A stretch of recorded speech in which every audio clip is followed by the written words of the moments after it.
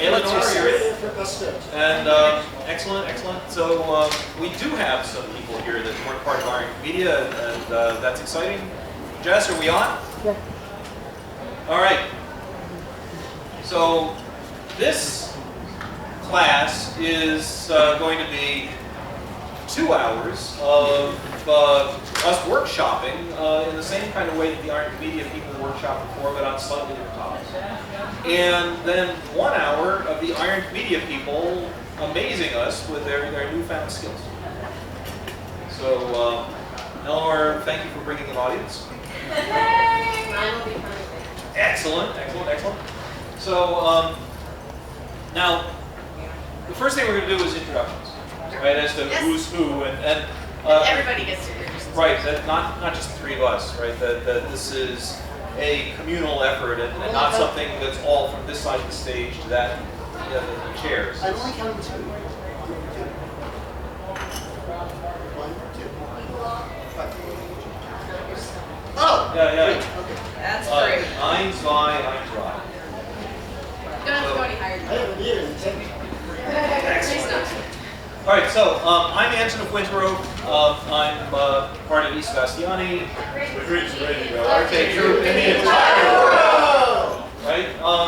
Sophia of formerly Scandali and now Firenzi.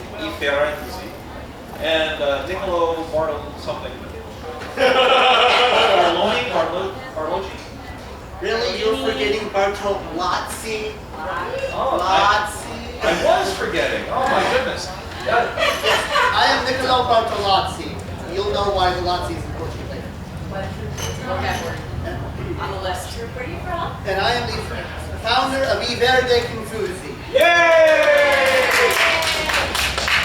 And not presented on the stage here, but also at Pennsic to some degree or another. Ejanisi is here, and Lislandi is not really represented, yeah, but we've got some players a around. couple of the players are here. Lislandi has performed at Pennsic last year. They will probably be performing again, and they are the Commedia troupe from the local community. Yeah, well, they're from the east, and Maryland, right. So that's about it. A lot of them live like in Delaware. So, in any case, so there's a lot of Commedia troupes around in the SCA, and that it's been a tradition for a pretty long time. The one that's currently active the longest isn't the first one. Right? That Sebastiani was founded by people that had seen Illuminati performing 8 years before we performed. The founder of that was the person who's Billy and Charlie's Fine Pewter Goods in the corner there. So if you're really excited about the history of SCA Commedia, I don't claim even that she is the founder. There was some Commedia even before she got involved. But it goes back a long, long way. And so, Well, the long history of Commedia. I'm going to say distinguished. yeah, I was going to make that same exception. Well, you might want to distinguish it from something. It's not distinguishable. Right, but Commedia is intended to be a fun thing for you to do with other people, right? If you are here and thinking about being part of a Commedia troupe, whether it already exists or whether you are going to create a new one out of whole cloth or patterned cloth. What cloth do you use? Right. Then you know, you should be aware that the reason for doing it is A, it's fun to do, and B, if you're doing it reasonably well, it's also fun to see. Right? For other people. Yeah, for other people to see. Or you can do it in here. Yeah, you could, but I mean, that's that's some echo narcissist thing going on there. But Wait, narcissism? Actors? all right, but so first, Iron Commedia people, stand up, and let's have your names. So, Eleanor, tell us who you are. We don't need to know your provenance or history. Just I'm getting up here just for a second because I'm very short. You won't be able to see me otherwise. She's still very short. You're not helping. Thank you. Hi, I'm Aliador de Saint-Remy. I'm from the barony of the Cleflands in the Middle Kingdom, and I'm with Verdi Confusi. I participated in the Iron Commedia yesterday. Yeah, okay. So, Steve? I am Steve Chirowith. I am from the very little Marches in the Little Kingdom. All right. I'm just going to keep it fast because we don't want to spend too much time. It's Eleanor? I'm Eleanor Pilot Ford. I was abducted by Verdi Confusi and I've stuck with it ever since. Excellent. Morgan? My name's Morgan. I'm from Commedia, which is in Massachusetts, and this is my first Commedia ever. Woohoo! Jonathan Stone from Delwood and Ethelmont. I'm attempting to get a group called Scandali. All right. Yay! And Troops! what's your name in the white shirt in front here? My name is Daniel, or Charlie. Spanish art. Right. From Sebastiani. The greatest comedian of All all right. All right. Amber.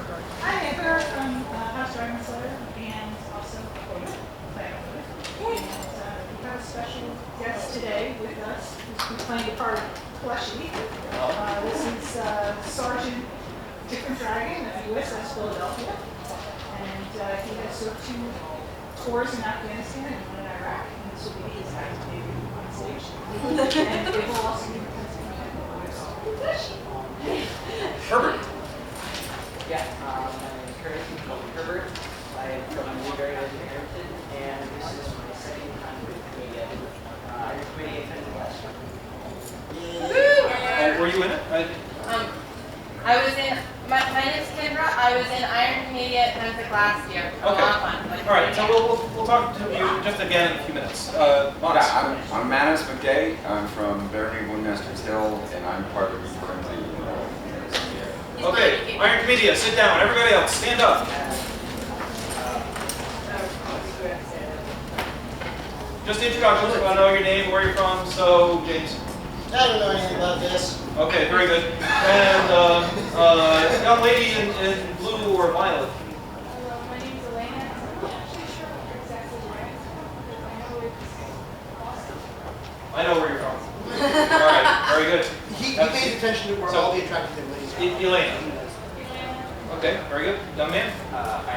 My name is Nicholas. I'm from Highland Court. Okay. And Polly Wilson. I'm from Hartsdale, East. Uh-huh. I've been dragged here by completely legless entity. She's got a lot of energy and is certainly charming. My name's Ted, and you never guess which kingdom I'm from. Right. So let's see. All Oh my right. God, you're on the burger shop in the corner. No, this is different Australians. There were been 6 years. There's different Australians. Like, yes. What was your name again? Good. The Third.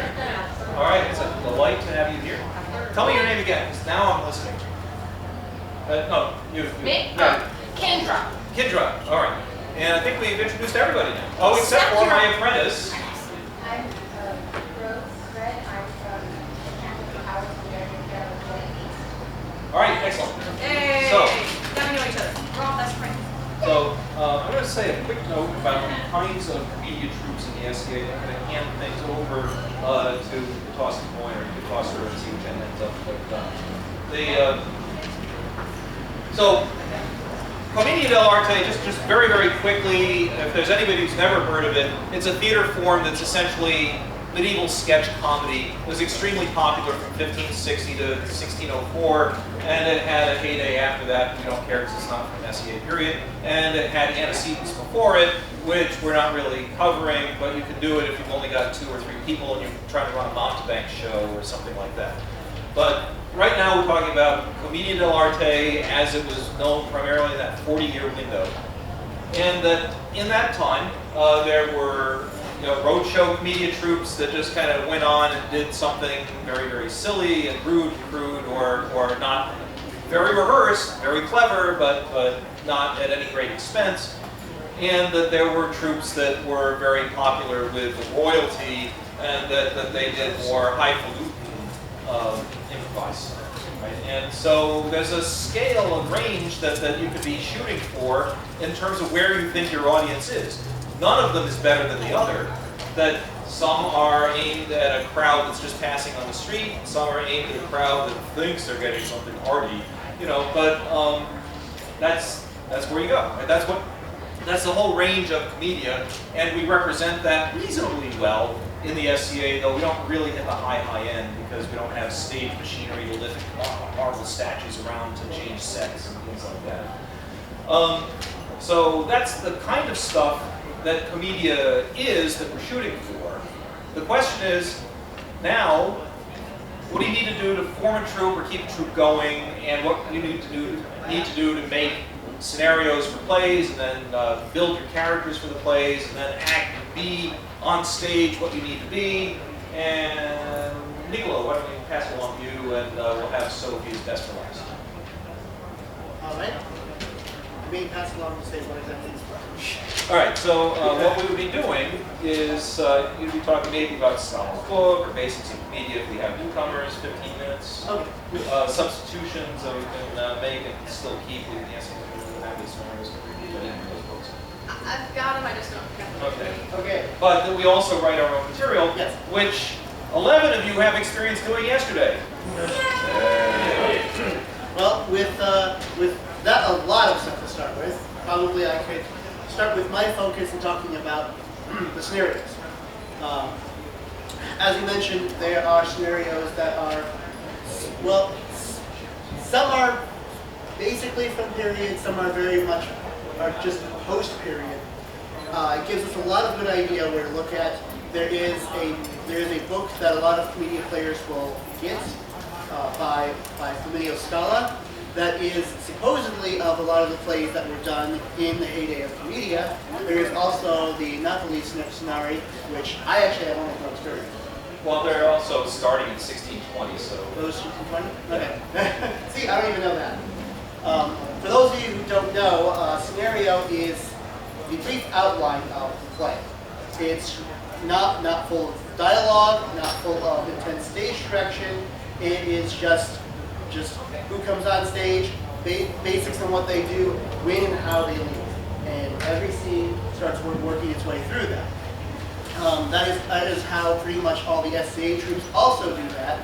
Many times we write our own material or we heavily adapt our own material because there's differences in modern adaptation, there's constraints on time, constraints on cast, there's what's funny today versus what was funny then. And the traditional Commedia play was a lot longer than what we usually was. Well, before I answer your question, if you could come up closer, I'd feel more connected to you right there. Unless you're planning a hasty retreat, in which case, fine, stay there. All right.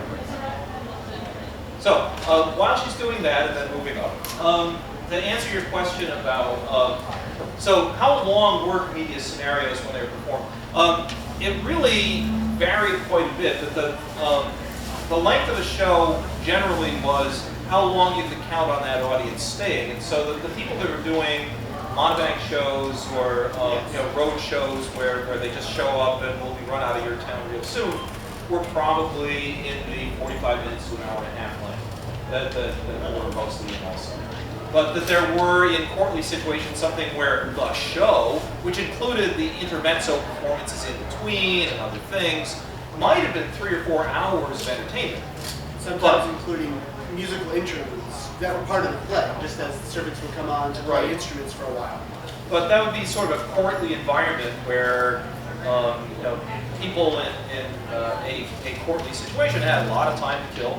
And so you would end up having something where, again, it's probably only going to be 60 to 90 minutes for the duration of the show, the actual acts. But in between, you'd have people doing funny dances or singing songs, angelic choirs singing this or that, between the acts and sometimes even between the scenes. So that it would still only be 60 to 90 minutes of entertainment spread across a 4-hour window. And nowadays, usually in the SCA, we're doing a full show. It's, again, still about 45, 60, 90 minutes tops for almost every troupe you'll see. Sometimes, the Verdi Confusi will do shorter skits. Sometimes, depending upon, again, small casting, they're more like the earlier Montebank scenes. Or it's just a case of the event we're performing at is going to give us a half an hour. So you make a play that works in half an hour. Right, you have what you can work with, right? Everybody here who's been involved with local SEA events knows you take what you get, right? The autocrat says, we're going to do this, or, well, I'm going to put you in this hall and you can do it for an hour and a half if you want, but half an hour in, the merchants are going to be setting up in the back. You know, let me tell you, don't perform while the merchants are setting up in the back if you can possibly avoid it, because they are a distraction and very noisy. It can also be rather difficult to perform just before a feast, because then you have everybody hungry and waiting for a feast and wondering why you're in front of the feast. Or during a feast, when everybody wants to talk to the person next to them because they've been spending all day on the archery range or they're hitting people with sticks, whatever, right? The last thing they want is to be told, don't talk, right? So during a feast is also a bad time to perform. But then again, if you're set up against, if you're in a troop, make a troop in the SCA, you're set up against one of those obstacles, you use what you have, you may not like it, but your job is to get attention. Your job is to try to get the people to watch you and like you. And fighting against obstacles, that comes from some of the spirit of Commedia. If the troupe was just showing up in the middle of the street, the earlier Montevang scenes, it's all about get attention. Look at us. Don't look at that. Look at us. And if you're in an adverse situation in an SE event, then you work with it. You try to make it as best you can. The show goes on. If you only have one person watching you, it's still one person watching you. It's not great, but you've still done something that hopefully you're proud of, and hopefully the person watching you that. Sophie. I wanted to check real quick, see if there's anybody here who is so far feeling like they might be missing the basics. A lot of us have already done a lot of this, the words scenario and Lotzi, and they all make sense to us. Is there anybody that's missing that? Not really up to speed? Who's never heard of it? Might want us to go over some of the basics. Yeah. All right. Okay. The word Lotzi actually means a piece of business. So it's kind of a short routine that Might often... actually be Italian short for l'azione, the action. So that modern purpose would be I don't think it would be a direct word. Routine. There's not really a modern term. There's not really a modern term for it, for Lotzi in modern theater, because modern theater is scripted, and Lotzi is a scripted bit of business as opposed to the improvisational stuff that Commedia dell'arte mostly. But it's close to shtick. Yeah. One of the- There we go. Thank you. Yeah. One of the things I like to point out is that the Three Stooges and the poking the eyes. Shit. That Yeah. where it doesn't really, it isn't part of the plot. Yeah. It's just something that they do. And they always do it. Yeah. And so it's become something that you recognize. It's often being called stage business, although it's not the only kind of stage business. They're often, not always, but often running gags. Like if something's repeated throughout the play or action's repeated throughout the play, it would be a Lotzi that happens several times. And I've also heard, just to briefly described as just a comedic brief interludes that may be, as Manna said, independent of the plot. You can often insert them into numerous plays, the same gag in numerous plays, and they usually maintain being funny. They're often very physical, right? Something that you would need to practice, so that you can't just count on being able to say, well, I'm going to improvise this acrobatic fight scene with Niccolò here, right? Because I can't, right? I'm going to hurt him if I improvise it. He swings left, I duck right, yeah. bang, right? Oh, and so you need to, if you're going to have any kind of contact or combat, to work it out ahead of time. And so backstage, we got this thing where I'm going to put my hand on his hair, and he's going to wave his head around, and my arm's going to follow it as though I'm yanking his head around, right? So now I've got a bit that maybe I've worked on with him, and that I could refine a little bit more. But that would be something that would be a stage combat related Lotzi. But maybe you've got some memorized piece of text that you're just going to patter on. Like you have a name for the patter. Is your a long name? Ours is somewhat long, and in Verdi Confusi, well, let me back. Lots of Commedia troupes have their own name for Capitaz. Yeah, we said It smells like ozone. Checking to make sure that we're not having Well, people down at the glass Well, I'll keep you distracted. It's safe, Very it's just deadly glass foods. blowing. Okay, no one's on fire. So, We need to we worry can talk a bit more about the characters later. One of the characters is the braggart soldier, usually Spanish. In Greek, he is just called El Capitano, the captain.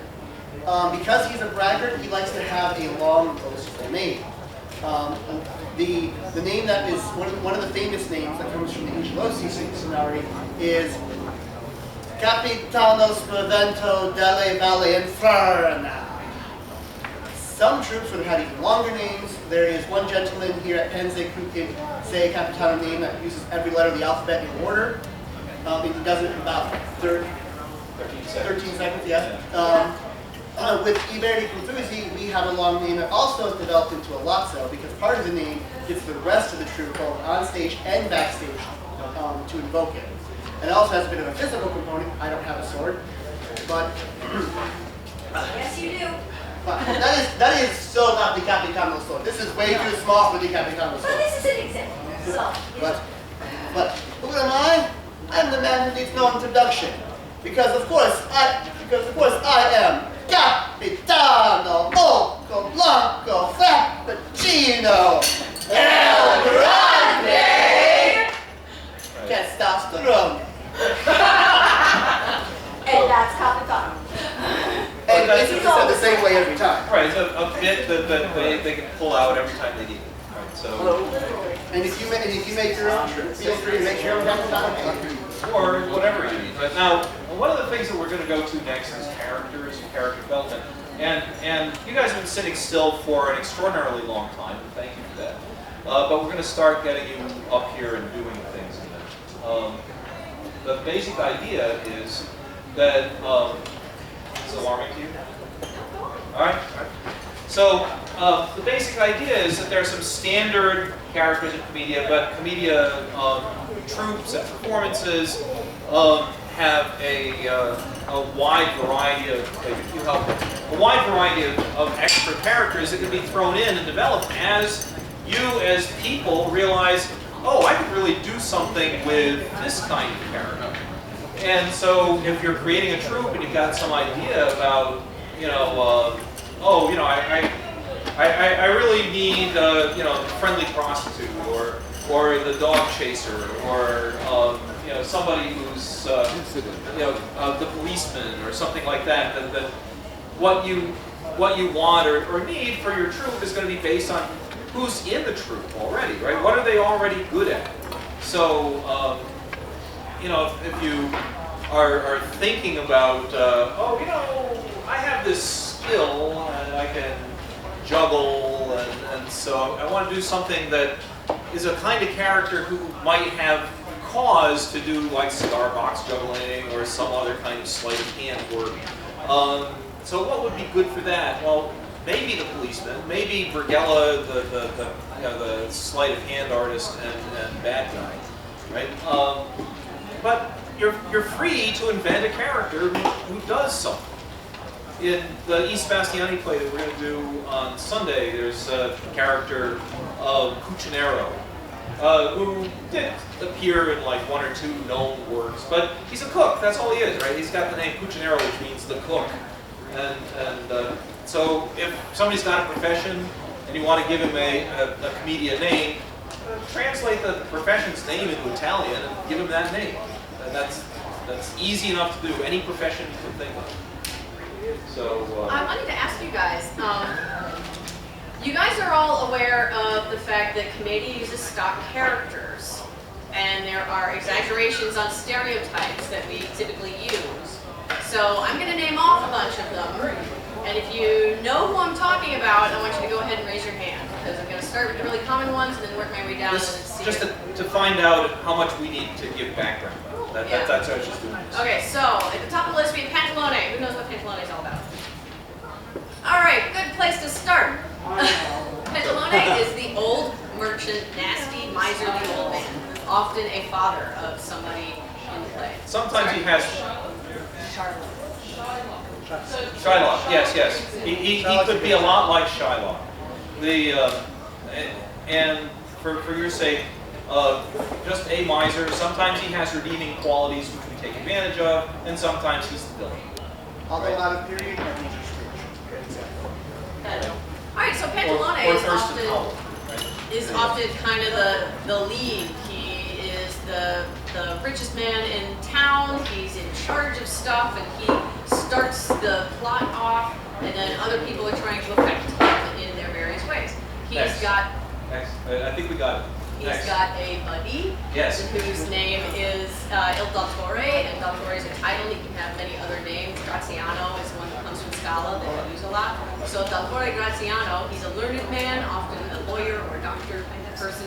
Know-it-all, doesn't actually know a lot of real truths, so he makes up everything and will often go on and on pontificating about things that he thinks he knows a lot about.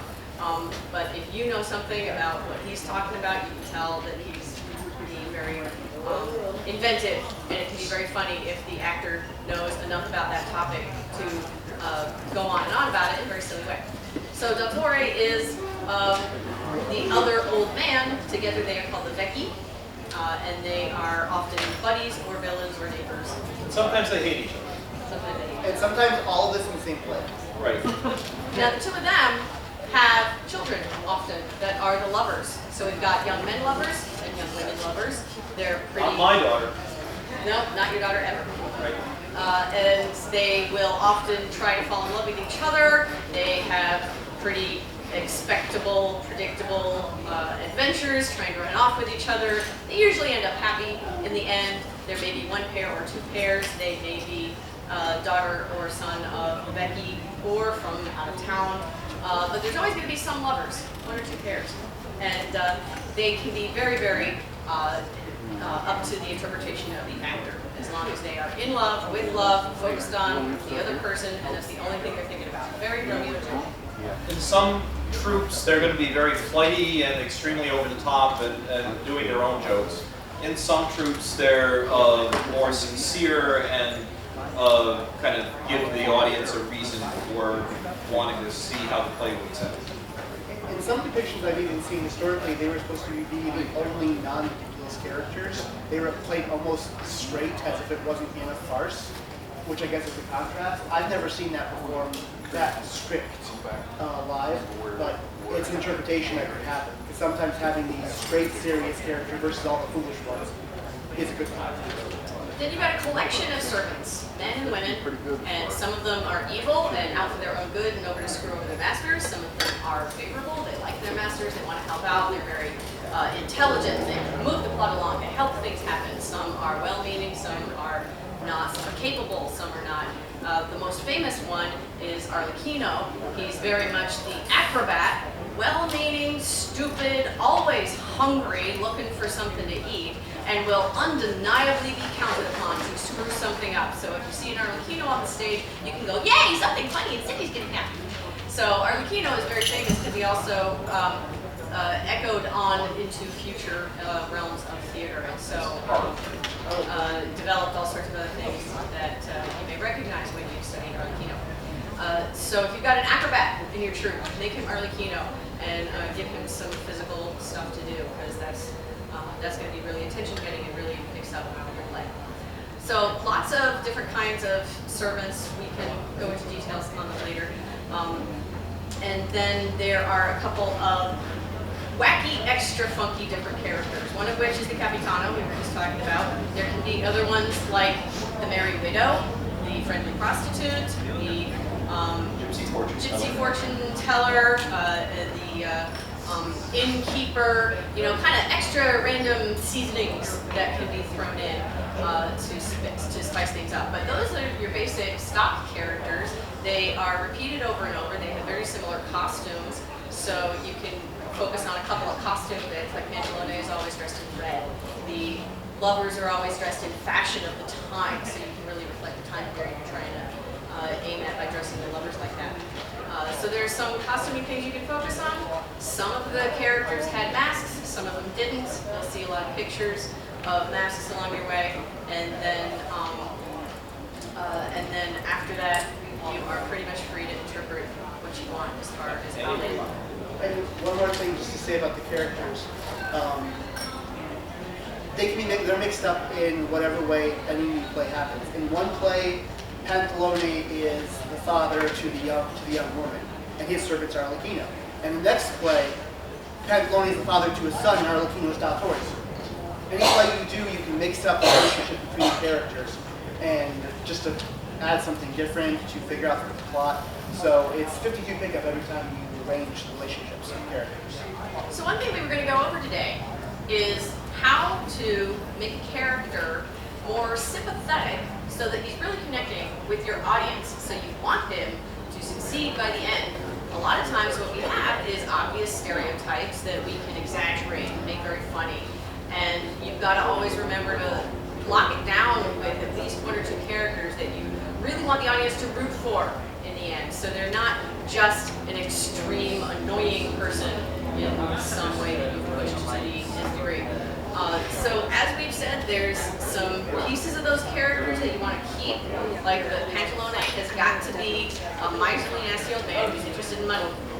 After that, you can branch out in your interpretation of the character. I'd like to pick two people and get you upstation. So I'm going to pick you and the young lady from Australia. Okay. I've read it.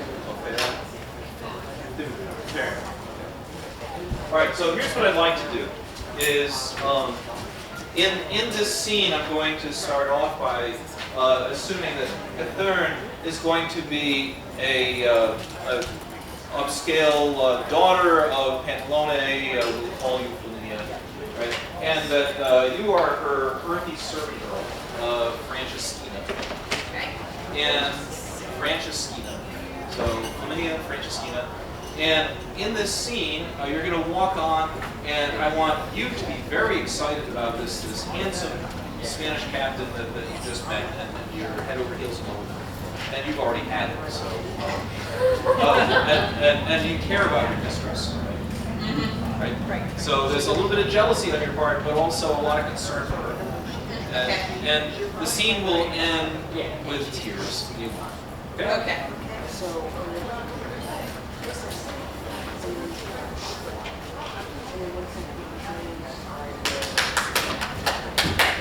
My dear, you'll never believe how I met today. Did you meet? Oh, he's wonderful. He's amazing. He is the captain. Oh dear. Step forward a little bit so that you're closer to the audience. Yes, yes he is. He is so dear. He is so sweet. He is so charismatic. Well, I suppose definitely charismatic. Yes, yes, he is charismatic. What was his name again? Capitanos Faben. I've encountered him a few times. Yes, he's very charismatic and a little bit strong. Now, let me give you a joke to work with. He has a long sword. He has a very long sword. Indeed, yes. All the way over, yes. Yes, I have. But you seem quite taken with him. I am. I'm very, very pleased to have met him. So when exactly did you meet him? Invent something. Now. Minutes ago. Oh, not long ago. Not very long ago. He's downstairs discussing business with Bob. Oh, what sort of business? Some sort of long-term contract, I think.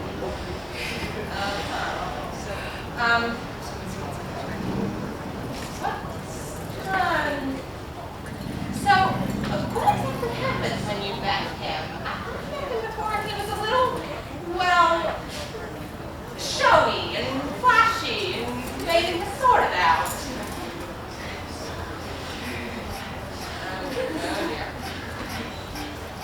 He's downstairs talking with Father. I'm sure it's just another matter of business, but it would be so delightful to see him again.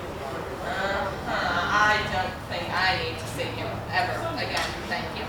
All right, so I'm going to say thank you. Right, the scene didn't quite end, but you're brand new, so ending the scene is a trick that needs learning. So, but nonetheless, what we did there was we had two characters, and they've never played them before. But it was an admirable job. They walked into a scene that you know, it wasn't written down, but I told it to them, and it's a common kind of scene that we always do, right? Two women fall in a situation where they should care about each other, but there's a man that they both want. Maybe there's a status issue, maybe there isn't, right? So let's pick two other people I haven't done too much yet. You two guys. All right. So, tell me your names again. Nicholas? Bali. Bali. Okay. So, now, do you have any particular skills or art? Do you defense? Do you retain combat? Do you juggle? Do you do cartwheels? Anything? Excellent. Okay. And Nicholas? Okay. So we'll do something in lecture. So we'll do almost the same scene, right? Victoria, let's call her elegant lady, has just come into town, and that you are Panlone's young son, right, heir to the throne and whatnot, and you are Brighella, the not very trustworthy servant.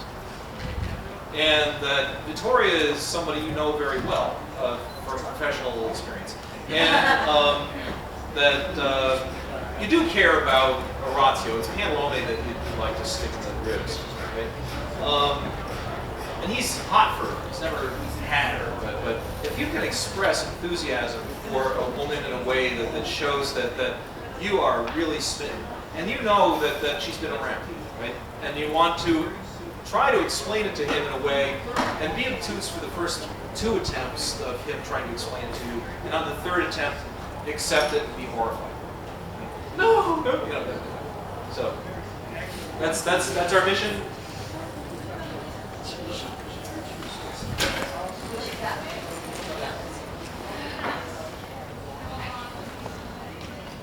So walk on from the edge. We'll give you a sense of starting. And so Bali, bouncing up and down with the first day of spring enthusiasm. Okay?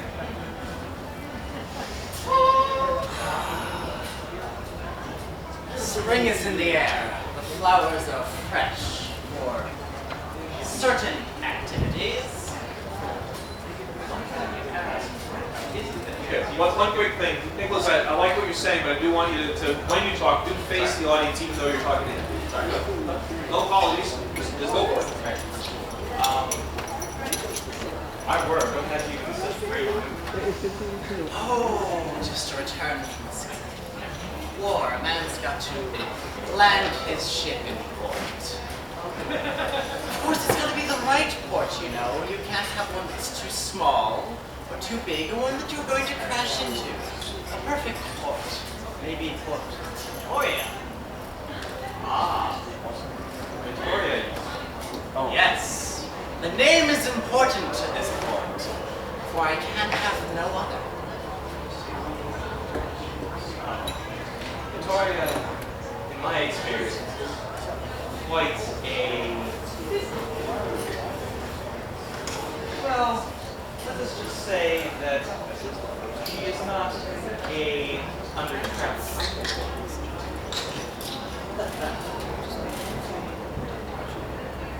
It matters not! I like many sailors to be a port, which I am. I mean, everybody's got to share once in a while. Well, you see, this particular port could possibly be infested with vermin. You may not I mean, who hasn't? I certainly don't mind.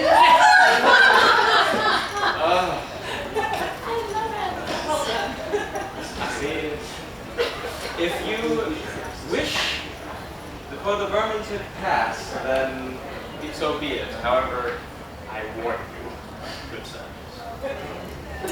Warning not heeded. That's fine. All right. So as I'm doing Cappuccino and he's going into form, he's so using some of those gags. So it's important to be able to be big and loud, right? To be energetic, to show emotion on the stage, highs and lows. Right? If it's all high, then it's a boring show because it doesn't change. Right? It's the ups and downs that really engage the audience.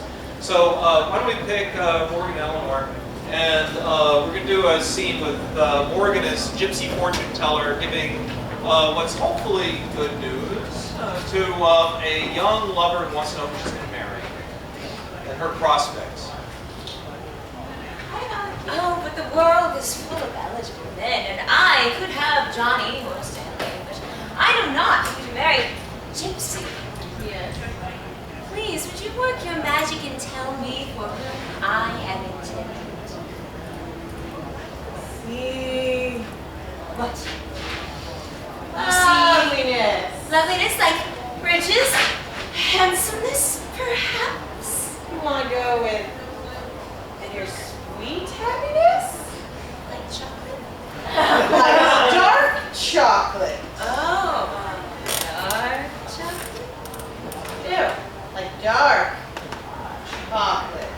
Oh, like the bitter Thinks sweet. perhaps this is not most wonderful of fortunes. Do leave nothing out. What happens? Well, let's just say you meet unfortunate happening on your way. Does he have a short sword? Oh no. No. Well, then what could possibly go wrong on my wedding night? So many awkward things. Where do I start? Well, something about his sword just doesn't seem right. Seems very, I don't know how you'd say, not quite up to par. Oh. Well, what if I married somebody else? I mean, there is a young man I've quite had a thing for. What is this young man's name? Flavio. Oh, he's wonderful. Right? He just... nothing!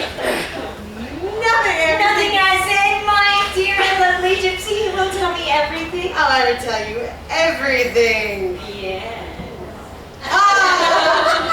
Dad, you're going to have a wonderful wedding. Yes. Yes, it's going to be full of tragic happiness. Tragic happiness. Let's just say it's going to be a little up and down, like a roller coaster. All right. No more trying to hide it from me, gypsy woman. What happens when I get married? All right, you die because he poisoned you. You're like so happy, and you're just like, I'm so happy, and then you just I do. No, he could not do such a thing. I will not listen to your lies. okay, you're gonna die. So, Rose and Herbert.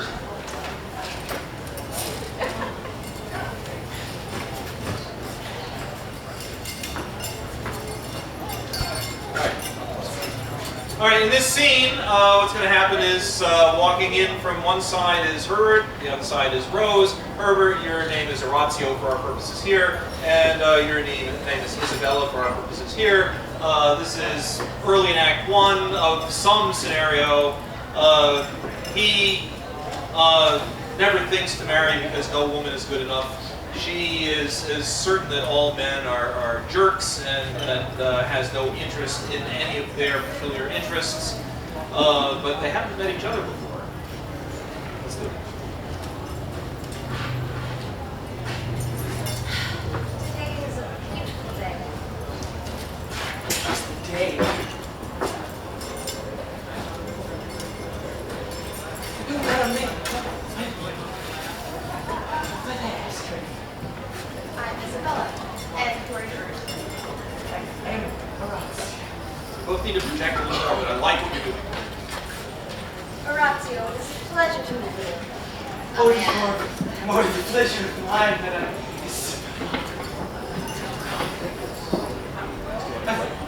quite much a woman soap, you know.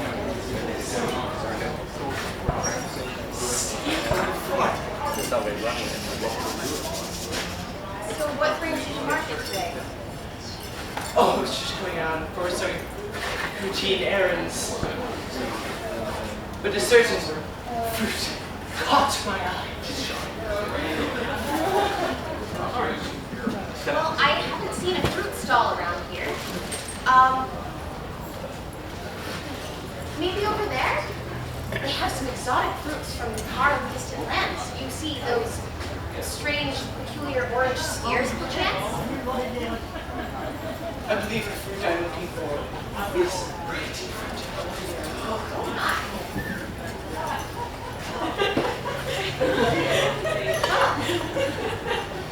This is a pleasant surprise. So, tell me about yourself.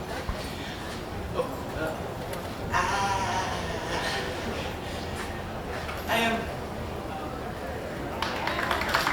learned in many ways. You see,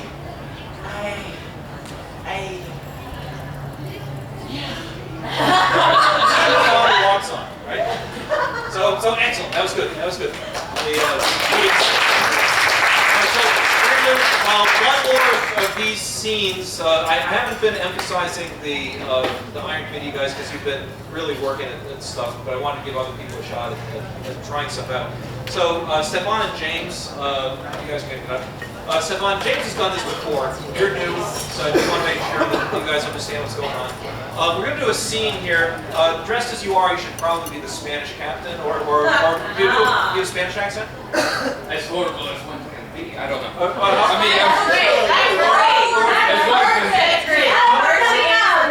would you rather be a French accent? Either way, it's very wrong to me. Alright, excellent. Scottish accent? Scottish? Oh, Scottish. I kind of want my hours too much. Alright. So let's go with Scottish. Alright. And we're gonna let James play more or less his usual character. No, I'm gonna break you out a little bit. You're gonna be Pantalone instead of Graziano. Okay, so money pecunious.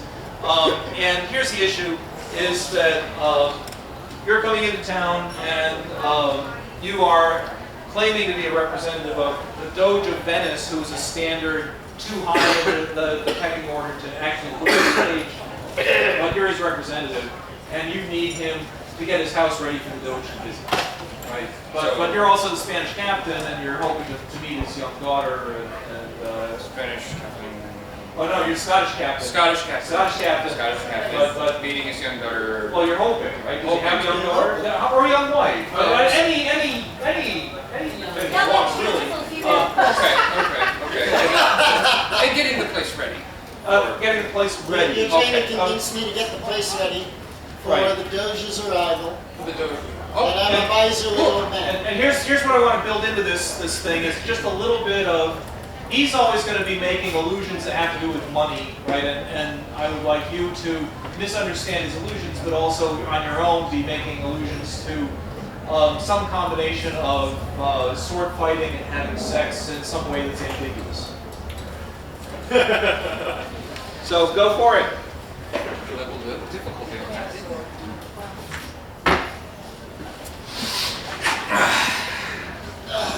Oh! So you wanted to see me about something? Well, not about your back. I'm talking about this place here. Can't you see? We're getting ready for a big visit, eh? A big visit by whom do you speak? And who are you, after all? My name is one of the crowd people that's going around making sure that the Doge is coming. Yes, Doge is coming. And he has a very big appetite, too. The Doge is coming to my house of Pantalone. This is marvelous. Tell me about it. He is coming to my house. He's coming through your house here for the House of Pants. Yes, that's what we've been told. So for the House of Pants, he's looking for good pants so he can meet the good people and women of this country.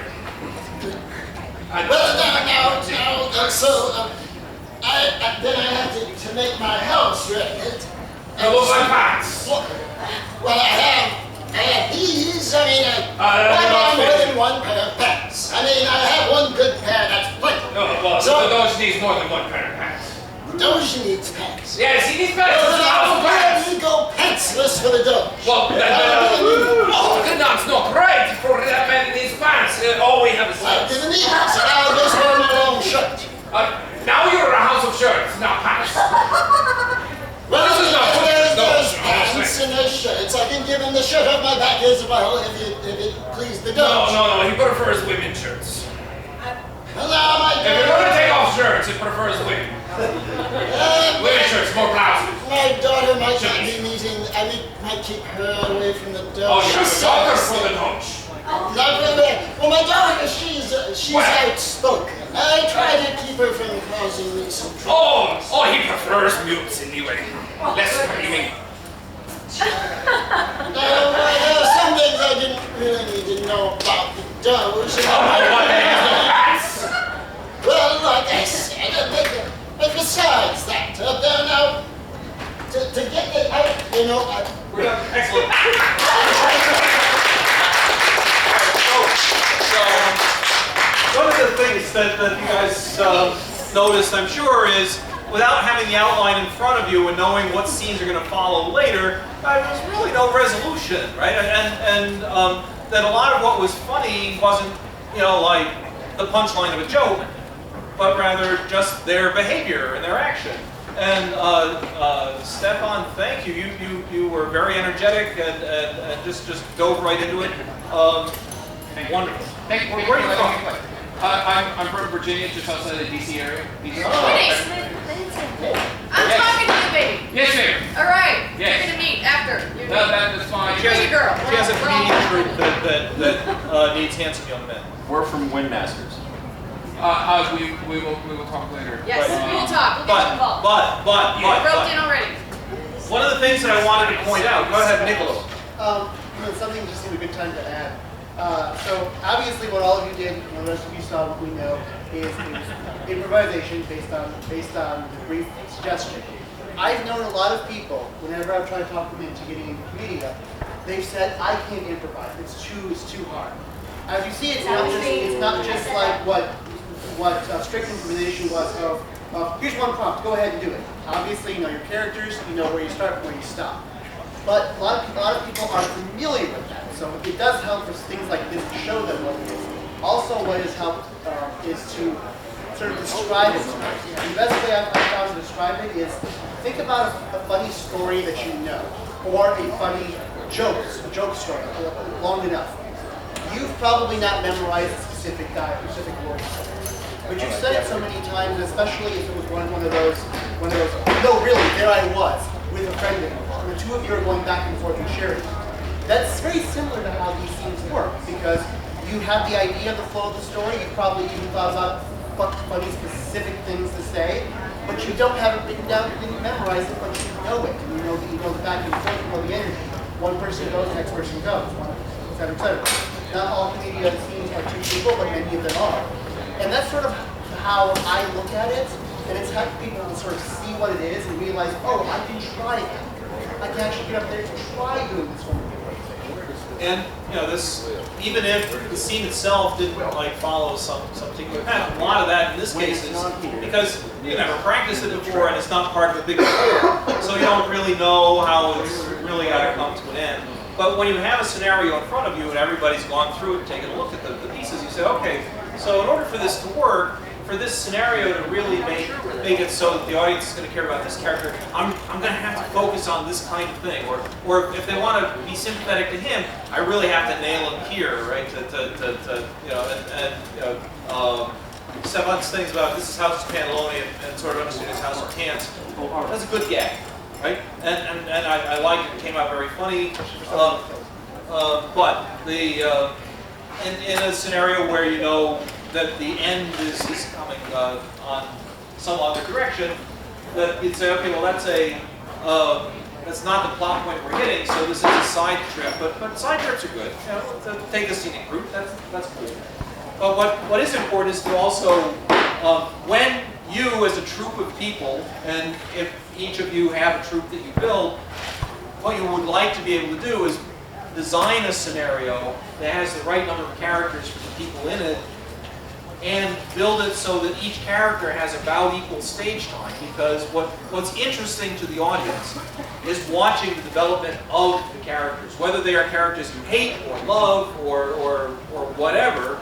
Seeing them change and have hopes and aspirations get dashed and then realized is what the audience is really enthused about. And in the case of the lovers, we like to maybe have it sincere, but sometimes having very goofy lovers is a good thing. But that's where we want to go, is take a look at the scenario, think through it, and find what's going to keep your audience based on the flow that the scenario describes.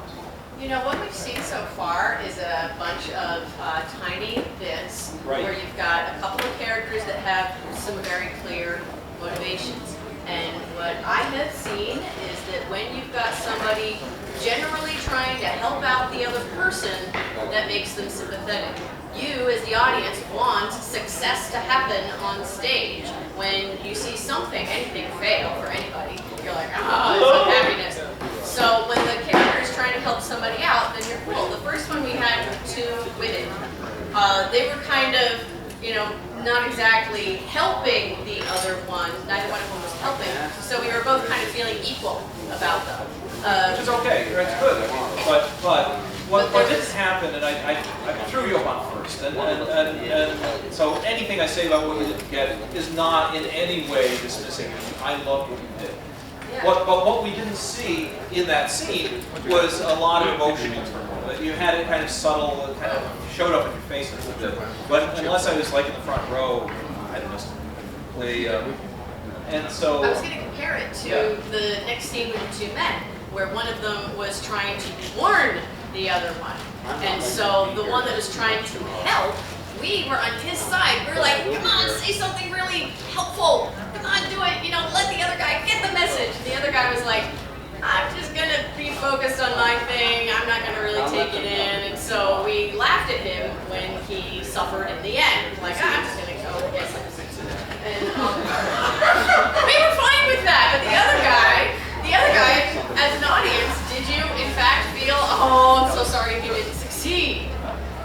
So when you're trying to get a character to be sympathetic so the audience connects with them, it helps when they are being servants to, when they are helping somebody else in the scene. So that's one thing that I know you can do to make a character sympathetic. That's a very important thing. And I was hoping we might be able to generate some more ideas on that. Well, another thing that you can do to make the audience sympathetic to a particular character is let that character break the fourth wall and talk to you about what I'm feeling. I saw her. She was a vision. I have to have this woman. I looked in her eyes and I saw two wells that were so deep that when I looked inside, I saw my own soul, which before that moment I didn't even know I had. You know, and so that would be an emotional thing where I'm talking to you, right? And I'm sharing something with you that means that now there's a connection between us. Yeah. And that if I had said the same thing to Niccolò here, with even that same level of enthusiasm, it wouldn't be quite as convincing that I was deserving of this woman's love. Well, right. Well, because you know me, but but that's a way, right? So let it. What's that? Oh, you know me. Right? You know both of us. Yeah. And then sometimes it comes up with not necessarily being sympathetic in that particular scene. Like Pennsic can be.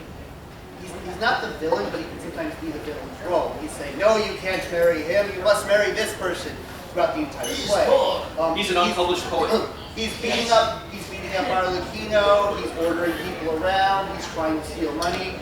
But if you want him to be sympathetic, and we often at least want him to have a good resolution, it's sort of at the end you realize that well, he may have been trying to have his daughter marry this rich man because he actually thought that was what she would want. Because of course she wanted to marry a rich man. And then he realizes, oh, you actually want to love somebody. I never thought about love because my marriage wasn't love, but all right, I understand that. So eventually he gets sympathetic at the end when you realize that all of his dastardly plots, he was, at least part of it was thinking about the betterment of his family, not just about, I want more money, I think my child should want more money too. And then he realized the error of his ways. But letting the audience see your emotional ups and downs is a thing that's pretty important, not just to endearing the character to the audience, but to make them be interested in what's going to happen in the play, right? So, so tell me about this woman whose eyes were like deep wells. But you know her.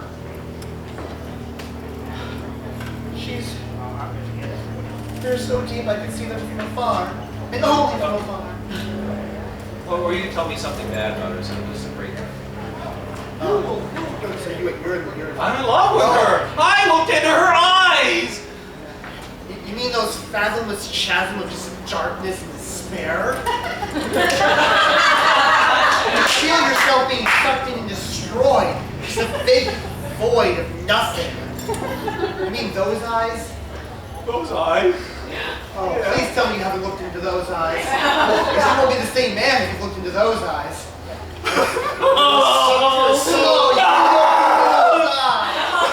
looked into those eyes.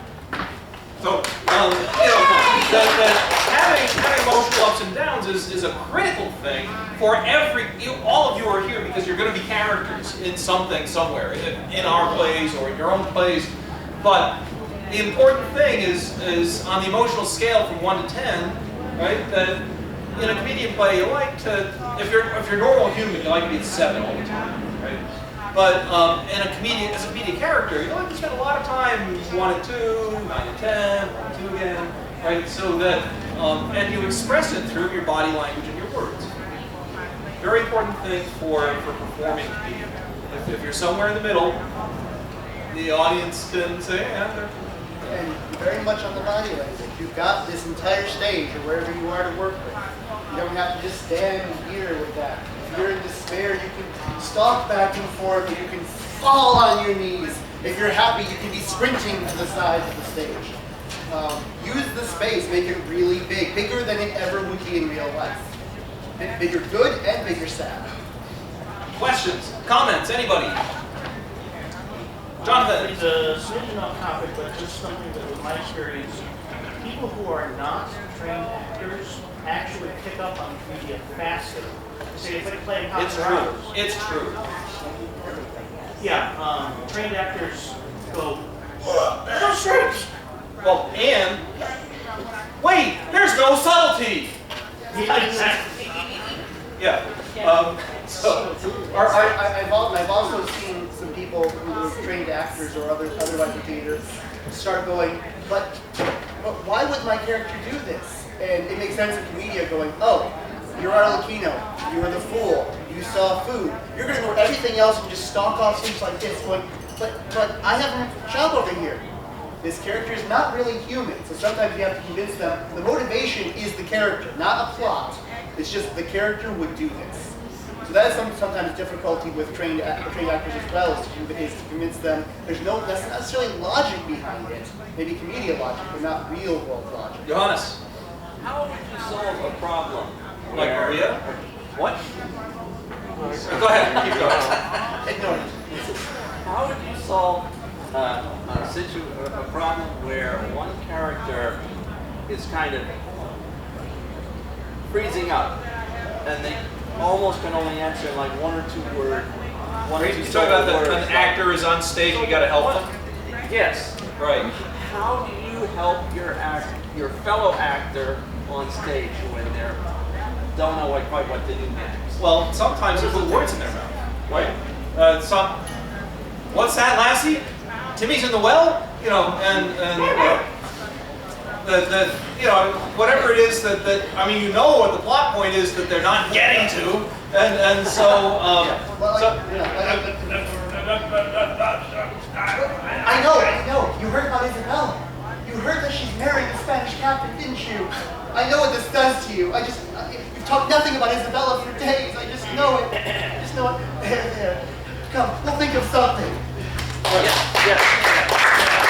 And he could have been trying to say all that. Right, but I was drawing a complete blank. Wait, what the heck is this scene about? You know, One of the pieces of improv is the actor's ability to pop up with new things to throw them in to the mix, like ingredients into a stew. And so if you've got somebody freezing up, if you're freezing up, just come up with a new ingredient, anything, look around you, see whatever looks at you. Grass, I'm seeing grass. Oh, the grass is growing, I know, time is passing, it's horrible.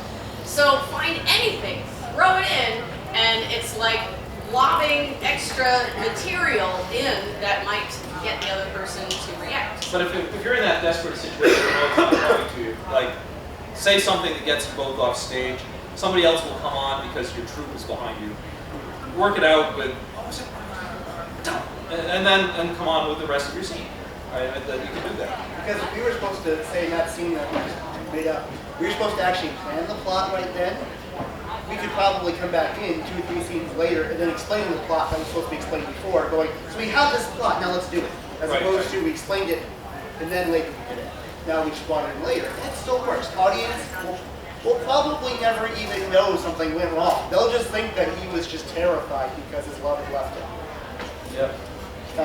Another example of a play that we did at Pennsic where we had much rehearsal, we never really established how Sophie's character was supposed to come on stage. And I realized that when I was on stage.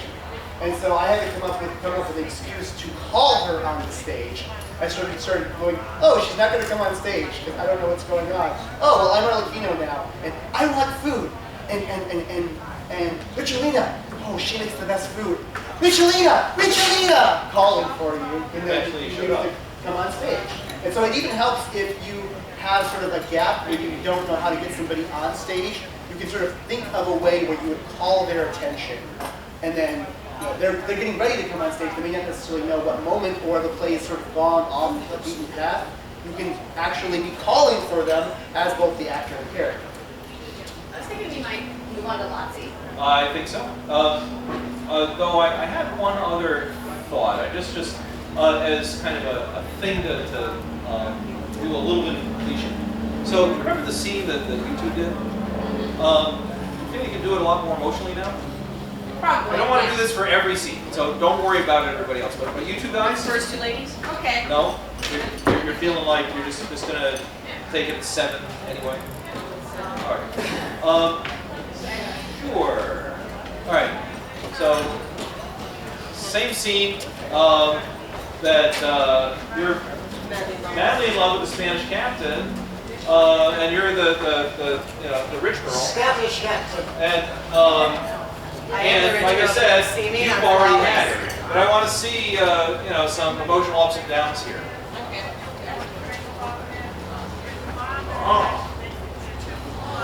Oh, I can't believe it! Oh! What can't you Oh my God! This guy I met, he's so handsome! You just can't understand! Who is this man? The Capitano! Oh, God. He's the Capitano! The one with the sword. Oh, that sword. Do you know anything about that sword? Well, it's very long, but it's not actually as good at using it as he claims he is. But he has to have other qualities. Well, I've talked to him among other things. Well, he's charismatic. He has a certain amount of charm, but he's boastful. I mean, What's wrong with being boastful? well, it's not so good when you can't actually follow through. You're hiding something from me, aren't you? No, I'm not hiding anything. Yes, you've been my servant for long enough. I can tell when you're hiding something from me. I am not hiding anything from you, my lady. Really? I am not hiding anything from you, my lady. I just have met Capitano before, and though he does have some good qualities, I think that you might be better off just letting him pass on by. You! What? Dirty! My dirty! Capitano does not belong to anyone. He made that quite clear to me.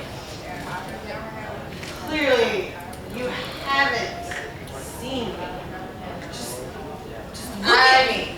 Just look at it. So there's no actual ending to the scene, but I think you guys have gotten to where it would naturally have ended. So thank you very much. So the next thing that we want to talk about is in more detail and to practice with you guys, and so you're going to be on stage a lot more, is Lotzi. Right? Lots of Lotzi. Yes, lots and lots and lots. So let me talk about Lotzi, and Niccolò already told you a little bit about some of his notions and ideas, which are valid and accurate, but I want to go a little bit deeper and say that amongst the kinds of things that you're going to do with Lotzi is not just simply having a memorized list that you can prattle off, but there are going to be some kinds of physical bits that you're going to do that are require some practice. So, let me share. So, I haven't actually practiced this, so I don't know how it's going to work, but what we can do is say, okay, I've got this object, what can I do with this object, right? It's on stage, I know it's on stage, maybe it's a ladder, maybe it's something else that we're working with, a bucket of water. But what are the funny things that you can do with a bucket of water on stage? Stick your foot in it. Yeah, stick your foot in it. That's a good one. Anything else with a bucket of water? Spill it on somebody. You got almost spill it, right? Drink it whole. Right, what's that? Drink it whole. Drink it whole. All right, drink. Just gulp it all down because, man, you're thirsty, Herbert. Spill it and then run away before someone finds out. Right, that's good. That's good. Almost spill it on everyone, and then finally, when you think you're safe, knock it over. On yourself. Right. Right. Okay, good. It's too heavy. It's too heavy, right? You can't lift the bucket. Right? So you got lots that have to do with the stage mechanics of how to move something that's heavy. Johannes. Expect there to be water in it, throw it at somebody, and That's confetti, right? And then means you have to think of some other way of insulting. Yeah, all right, sounds good. Now with something like this, right, it could be that I'm dropping it and hurting myself, and after I dropped it, then let's pick it up, there's a lot of things that I could get in trouble with some relatively commonplace thing, and if I'm playing an inept character or an inebriated character, right, then damaging myself in very physical and creative ways is something that you would turn into a lotso, right? That you would have this thing that you might practice. That thing with a bucket, well, you can't do all the ones that you guys described all in one show with the same bucket at the same time, but you could do several of them and work on some bits that you practice with, what are you doing with this thing, right? And what are all the possible ways that it could be funny that you're manipulating? And so the thing that you want to do as a troupe of people putting on a show is not have a show where everybody is standing like this and doing river dance and talking out at the audience, right? That you want to have physical movement, things that catch the eye, that you want to have creative stuff that oh, I never thought about using that thing in that way. Well, I see why it hurts, right? But but that is the nature of doing physical comedy, and that sort of thing you have to rehearse. It takes somebody really incredible to just improvise, doing stuff on stage live. You normally have to look at it and think a little bit about what's the best way to work with this. When you think about it and put together kind of a routine of what will you do with the ladder, what will you do with a chair, what will you do with a bucket of water, what will you do with this basket full of ribbons, right? All of those are things that you could conceivably do. And maybe you don't have things. Maybe we're working with people, right? So that bend over. So we're going to climb up. And now he's got to feign damage and being hurt while I'm doing this, but but while that's going on, we would need to have a really successful funny bit there. We would have to have worked it out, which, as it happens, we didn't do. Nope, not at all. And because we talked about what we're going to do in this class over the phone, and it was kind of hard to practice that. Can you demonstrate? Yeah, let's see it. Sure. Okay. Actually, you and you're on stage. You guys are doing thrice running, and we're going to watch it. With him. Okay. Okay? I only want to. Yeah, you only. Go ahead, do it. Just organize it and make it happen. This is a Verdi Confusi Lazzo. Arlecchino! Arlecchino, get in here! Arlecchino, get back here! Is he always like that? You have no idea. Arlecchino, get in here this instant! Right. So this is something they've done many times, and it's a Lazzo. So if you're going to put together a play with your troupe, one of the things that you're going to want to do is learn the special skills that anybody might bring and develop new ones if you can. Right? So Herbert, you can juggle, right? And so maybe there's some skill that or some trick you could think of that. Now he's juggling with beanbags, but suppose that what we do is we give him 3 maces on chains and teach him how to juggle those things. Now he can't do it yet. But with some practice, he could learn to do that, and maybe incorporate that into something that. So we're going to build a show that knowing he can do that, we're going to lead to that being one of the horrifying things that happens on stage, maybe at the end, right? I've always, we've never had a juggler active in a troupe, but I've always wanted to see, say, Arlecchino's been a fool, he's been a klutz the whole time, he's maybe trying to steal 3 oranges, someone spooks him and suddenly he's just, don't drop, and doing this amazing juggling thing. And that's incorporating that same gag. We haven't done it yet, but it's something you can easily put in. So you can put that into almost any play. We give Arlecchino stealing food. Are you 2 guys good at jumping? Yeah, come on, So, all right. So this is just kind of a very, very simple rehearsed Lazzo thing. What are your names? Bradley. Okay. So here's what I want to do is I'm coming on stage and I'm going to tell you something that we're going to be doing in just a moment. And I just want you to be enthusiastic, jumping up and down. Hooray, hooray! We're going to have whatever it is that I name, right?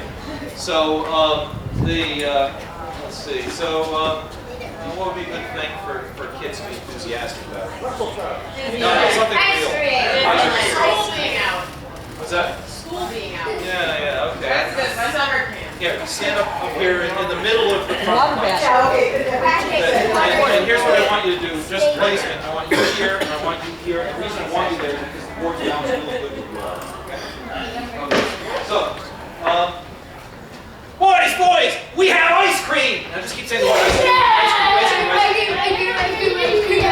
Alright, so this kind of enthusiasm, go ahead, you're done, thank you. This kind of enthusiasm is something that you can bring to a show very easily with something as simple as just jumping up and down. Right, and that running back and forth that Arlecchino was doing, again, a very, very simple concept, but it draws the audience's eyes so it's not just staring straight ahead all the time. There's something physical happening. So here's what I want to do is, let's see, Amber and Rose, you 2 get over there and think of a lot. So Eleanor and Eleanor, I want you 2 over here. And say you 2, okay? Morgan and something. It ends with R N, right? So you two up here. It's a name I just haven't heard before. It's hard to and let's take Jonathan and Molly and Nicholas and Stefan. I'm about to tell you, I haven't told you yet. And let's see, Herbert Manos. And I want you two guys to work with one each of the two guys in red up there. Right. And all right, so here's what we're going to do: is everybody stand up, and so loosen up. Make sure you're ready, and that sudden movements will not cause muscles to pop. All right. And so with your partner, I want you to take 3 minutes to figure out something physical that you guys are going to do together on stage that takes 5 to 10 seconds to do. Right? And so just with your partner, you're going to do some physical humor thing. That's all I'm asking for. If you want to use a prop, grab a prop. We have chairs and not much else, but or something you're wearing, all that's fine. So who's got a clock? 3 minutes starting now. Okay.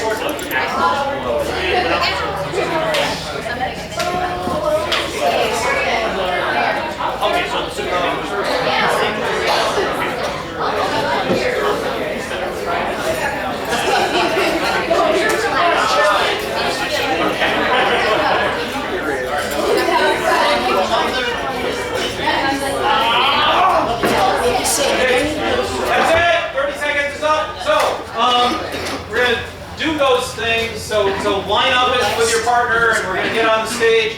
Each one should only take, somewhere between 2 and 20 seconds. So let's see them.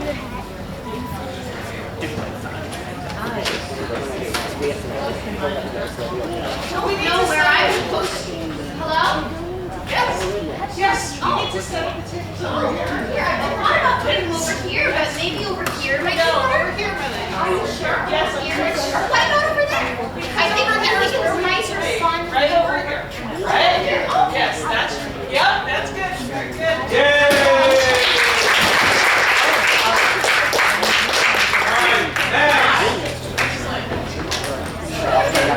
Gentlemen, want to go next? Oh my goodness, I had the most wonderful night last night. Oh, really? Yes. Oh, so did I. She was wonderful. I don't have anything on my Yes, that was mine. Oh, really? Tell me about yours really quickly. Oh, well, she was the most useless idea I've ever See, it's your hand. So was I. Please tell me more. Well, So, do a little jump off the train, knock my hat off. Now, let's maybe more to the side. Yes, like your sister. Yeah, do that.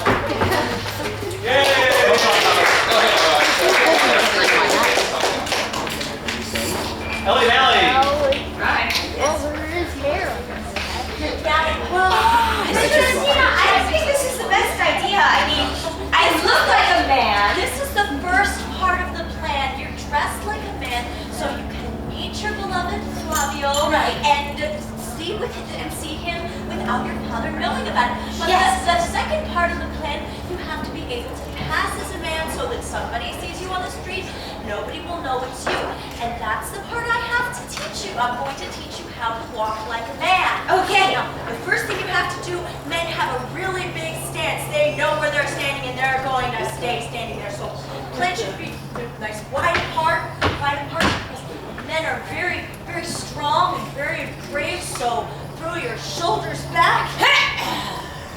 Maybe not that far back. Shoulders back and put your chin up because men are very proud. Now, I want you to just put your hands on your hips, and you are manly and you are strong and taking big manly steps. Yes, big manly steps. Do you feel the big man? I feel the big man. Yes, do you feel that big man? Are you in touch with the big man inside of you?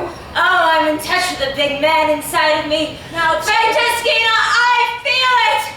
Oh, I feel the man inside me. Now take those big manly steps and go find your beloved and get in touch with that big man inside of you.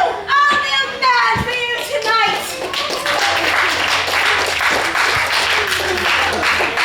James, you're your partner.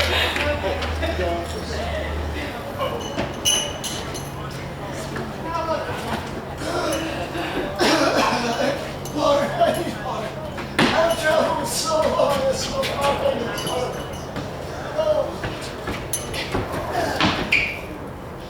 Is this from the well? Otherwise, there's too much iron. Bring me different water. Water. Is this from the barrel? No, that's too dirty and muddy. No, I need different. Bring me different water. Water. I need water. Is that from a bucket? Get you. Oh.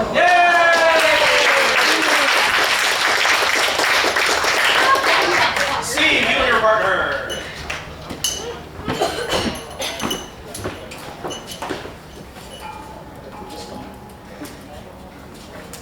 Hello. What do you want? What? Look at my hat? What about my hat? Yes, that's why I bought it.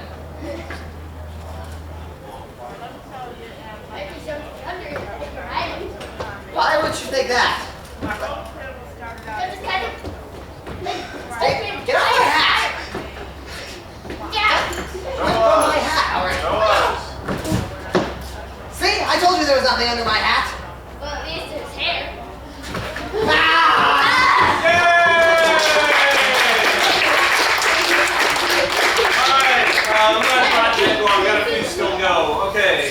Jonathan and Molly. Young man, there's no need to be so upset. Don't take mother back! Same thing!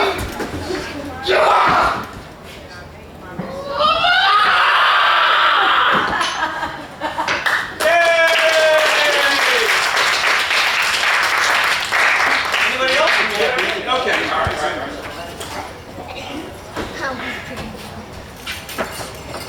Oh, let you know how many times I have to tell you! Come back here, come back here! I tell you! Now, Alright, anybody else? I think we got everybody, right? Oh, one more. Let's do it. Oh, my father's such a wretched man! I want to see the captain, but he won't let me! I know, my dear, I know he has forbidden you from seeing him. I know you're upset, but surely it's not that bad. Yes, there was it! Switch outfits, because I can run out. No, how could this possibly go? My father will never notice me. Come on, do, switch.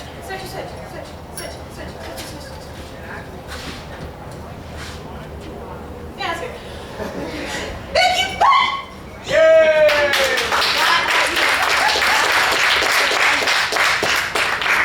Alright, you guys, now look, we've done a lot of creative pieces, and I want to bring it back around to understanding how it all comes together. We've got scenarios from books that we often use, and those books can inspire us to write other things that all look like the scenarios that happened back then. I've got an example of one here, and I've got a scene I'm going to read you, and there is a spot in here where it says, after doing Lazzi, and it's very open to interpretation. You can put whatever you want to in there.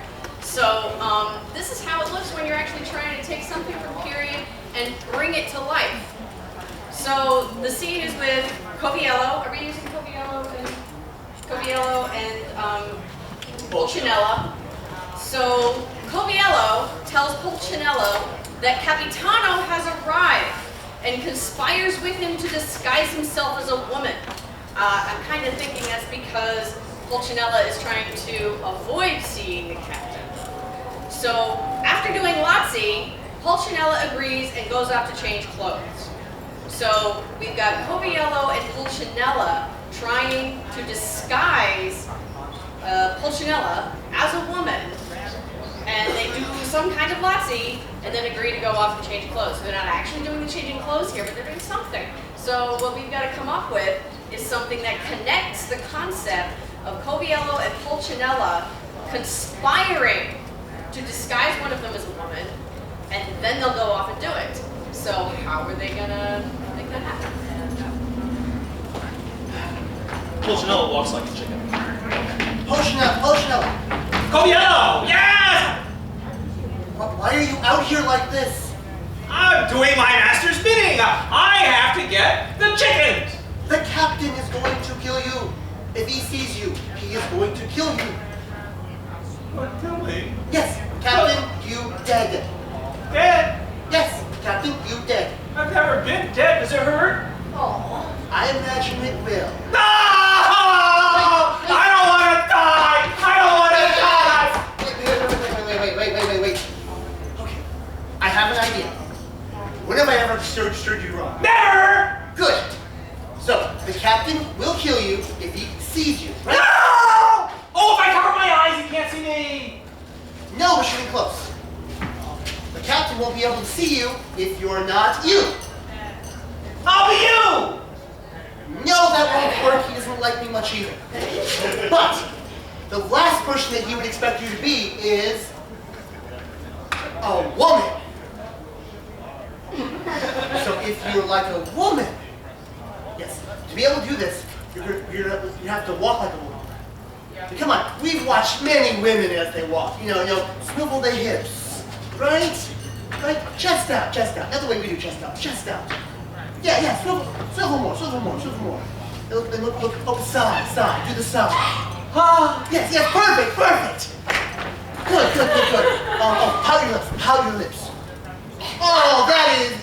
well, I'm almost in love. This is perfect. We're just gonna need to find a costume, and then we're good. Pick this up, let's go find a costume. Come on, swivel in, swivel those hips. Yes, perfect!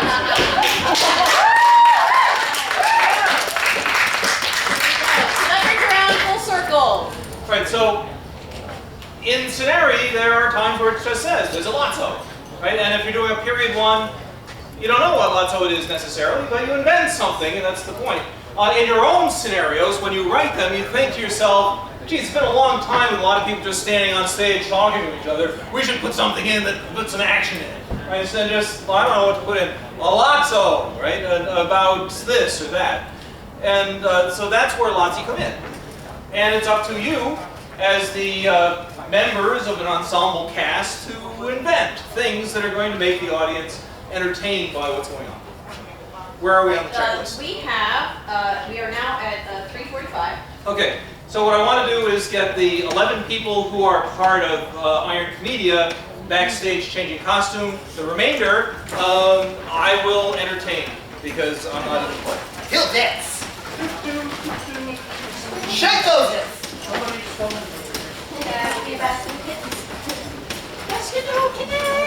So, everybody else, come on up stage. Don't sit down. You going? Can I apologize most sincerely for never retaining your names? Because you are lovely, and it's your eyes. So, I have, and I know it sounds insincere after I've said it so many times, but it's a delight to have my students. Sorry about this. Well, I'll try again. All right, so this is who we got. A relatively modest collection of people. Gentlemen, you are. Where did you find them? Well, it was a lot of work. A lot of work. Okay. And you gentlemen. That's right. And would you like to join us upstage here and practice some fun bits? Give me a minute to... Oh, you got your time. We got 3 people in red and rose red.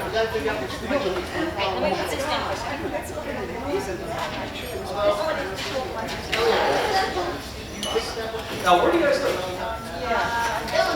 Illinois? They're probably near Chicago. Like their little brothers. Ah, excellent. Okay. Nice. I've been to Chicago quite often. I like it. It's a fun city. Looks like Batman should live there. Yeah. What is it, like,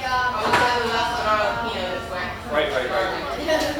So, in any case. Great bunch of so, what we've been talking about, because you guys came in late, you didn't hear the beginning, is that there's a style of theater that they're going to do a play in that version, right, Commedia, where the outline of how the play should flow is written down, but the actual words that people say is not written down. And so that's what we're doing, right? Is we are figuring out how to make it fun and entertaining and funny for people who are watching black play. Now, you guys are very entertaining. I like that a lot. Excellent. Good to have you here. So, and I'm going to say, we're doing a play, Rose and I, on Sunday that has 2 kids in it, roughly your age. You guys are like 10 and 8? 11 and 8. 11 and 8. And I'm turning 9. 9, okay. And our 2 youthful players are 11 and 10. So very close to your age. And if you can come see the play, you can see how we got some kids to be in the play. And you'll see, I could have done that, and you should be in such a play, right? Yeah, I agree. So let's think of something that we can do. Well, before we think of something to do, what do you think you want to do more of? We got 10 minutes. What do you want to do? I enjoy the improv band. Yeah, okay, improv band. So, I got an idea. Rose and I will sit and watch. And what I want to do is that you are Pedrolino's smart sword. You are Franciscina Hurley's. Now you can work with Isabella, I'm going to put you in a babysitting role. Right? So you have these two charges. You can't only miss out the kids. We're watching him. He's trying to make time with you. You want to make time with him. You got to do something. And you kids, they kind of want to kiss each other, and you think that's funny, and you make a lot of snarky comments about it, that they're going to stop it, and your job is basically to get in the way every time we try to kiss. right. That's the play, and we're just going to do it, not because there's an end. I don't know if they succeed or fail. Probably such a scene would end with somebody walking on and they fail, right? That they never got to kiss, and that they and don't hurt them, right? Francescina. Okay, so Francescina Pedrolina. It's a little Peter, Pedrolina. So start off stage. What I want to do is have Pedrolino enter from one side and the three people in red from the other. Okay, hang on. All right, where's this side? We're gonna from this side.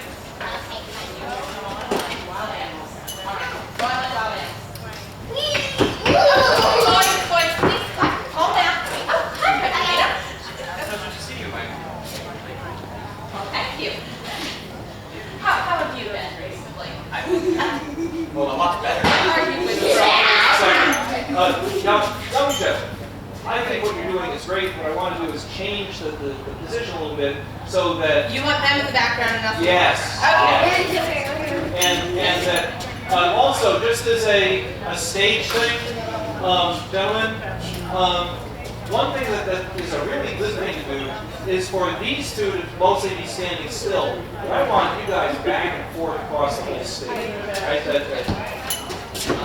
My day is much better now that Oh, definitely. It's been a nightmare having to deal with these children. It's too cheap to get a new nurse. No one's bleeding? All right. Stop.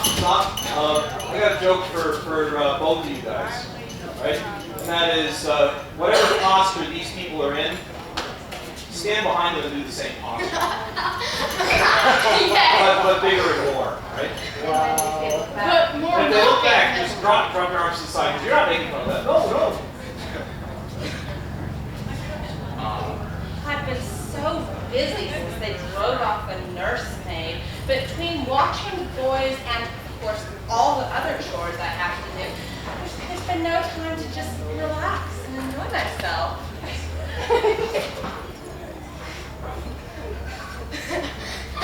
Well, they're very sweet children, but it does get a little weird, you know. children are, they will. Yes, well, I'm thinking that I could probably master that. After all the hard work I've been putting in, I really deserve a little time to myself. I don't know why.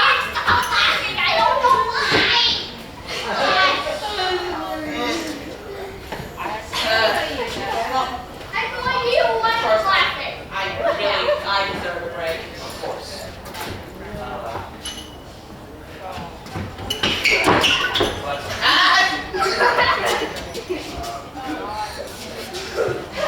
What's there to do about it?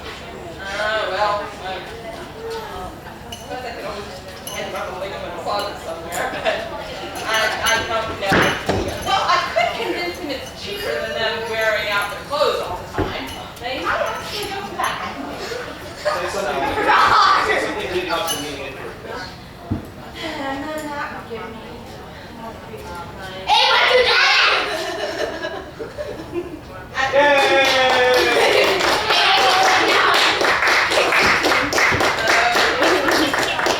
I want to try this. Alright, we can do that. It's like that one every day. We're going to do a play here in about 5 minutes. And it'll be a funny play, you'll enjoy it. Have a seat. Or do you want to try doing what they were just doing? Is that what you're saying? But your friend here is saying, I don't He know. needs to help me find a sister. Got it. Okay.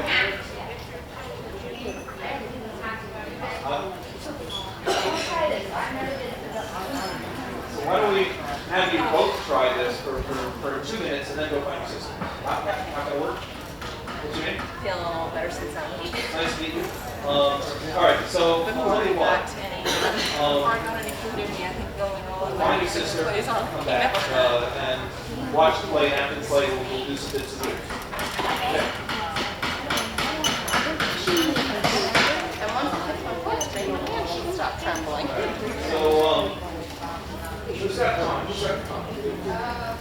Well, it's blood sugar issues. I have diabetes on both sides of my family, so I'm always 8 minutes. All right. No, So. both of my grandparents, so I don't think that. So, Rose, come on up here. And, let's see, so here's what we're going to do is, I'm going to be Rose's father, and I'm going to talk to her about who she is going to marry, my old friend Vecchiano. Right? And Rose has some distinct opinions about Vecchiano, so we're going to do a scene about that. And at some point we may call on you guys to go in and break up the scene, but just hang out and watch this. So, Isabella, my charming daughter, I see now that you are of marriageable age. Wonderful. Yes, well, the good news is I've found you a husband. Really? Yes, I can tell by that look in your eye. You've been hoping that you would get married and enjoy the love that marriage brings. And so I have arranged with my old friend Vecchiano that you will marry him. Could you say that again? I'm not sure I quite heard what you said, that you wanted me to marry Vecchiano. Yes, so your ears are splendid, Isabella. I'm so delighted that you hear so well. Vecchiano. Your friend Vecchiano. Well, Vecchiano makes you look young and spry. Because he was my mentor when I was young. Who was your brother's friend, Vecchiano, who made him look young and spry. Because he was my father's mentor. Don't you see a slight problem with the age? You mean you think that you are not mature enough to be able to handle yourself in conversation with such a wise man? Exactly. But I know that you are. You are so clever and so wise for a young woman. I know that you can be everything that an old man needs. Is there any way that I can convince you to find somebody maybe who can walk on his own without the assistance of a walking stick or 3, or a few manservants to stop him from teetering over every single step? That's what he needs a wife for. Wouldn't perhaps you be more interested in me marrying someone like that wonderful Orazio who just came into town? The poet? He's so charming, handsome, and not covered in wrinkles. Does he know anything about what to do with money besides spend it? Well, he still had some to spend, so he must know something, and you can teach him, and you can mold him to do whatever you want. And you can train him, instead of having a mold where you have to work with what he wants, you can train him to do whatever you want. Do I look like Pygmalion to you? What did she mean by that? Gentlemen, come up stage and make a list. Now, but is it? You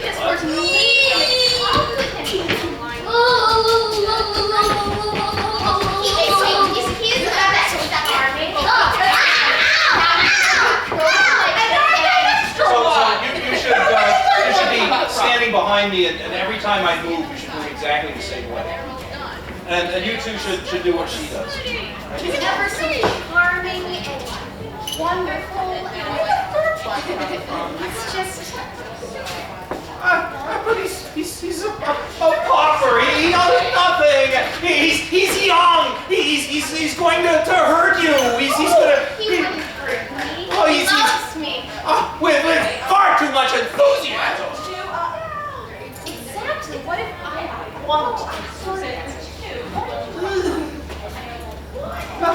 My daughter wants a man with enthusiasm? Well, what have I done? The end. All right. So, thank you, anyway. Yay! All right, now, we're about 1 minute away, I think, if costumes are almost ready. How are you guys doing back there? 1 minute? 2 minutes? 5 minutes? 5. All right. So we're 5 minutes away from an actual performance here. So, let's see. Yes, you stand on stage. You, come on up here. No, not a dance. Oh, I can dance, buddy. No. Here's the situation. You are a captain of the Spanish army, right? Bold, proud, and everything that a man should be, and tough. And I know you're a little young for this, but some young lady just broke your heart, and you want nothing more than to join the Spanish army, and you're trying to prove that you are worthy. But you know it takes a tough man to be in the Spanish army, right? And so you need to convince him that you are worthy of this honor that might ultimately kill you. All right, go. Hello, good sir. What can I do for you today? My girlfriend just broke up. I feel like I'm about to die. I want to join the Spanish army. It's a tough man to join the Spanish army. How do I know that you are up to the task?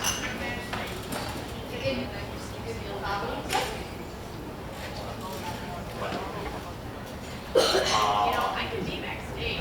How bad does this hurt? We have one copy of the stereo. Well, I don't know. One who believes that he should just join up with the army simply because his girlfriend left him seems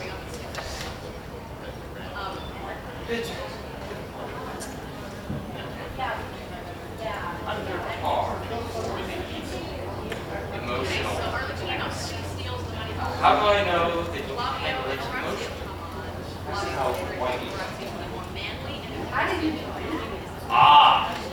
Well, you see, the Spanish army requested that I join because my tales of fighting have been heard throughout the land, and I have never been defeated in single combat.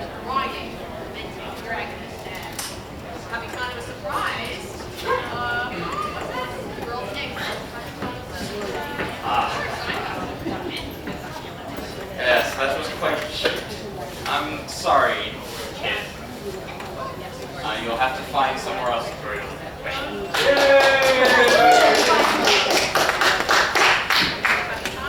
Alright, so we're still filling another couple minutes while they do a last-minute costume adjustment. I suspect the Capitano's spot piece is not quite fitting for the door. So, I want to thank everybody who is here. We're going to see a fine performance by the newest Commedia dell'arte troupe in the entire world. We may not even have a name yet. We usually we call them E-Grandis. The big ones. So, let's see. James, come on.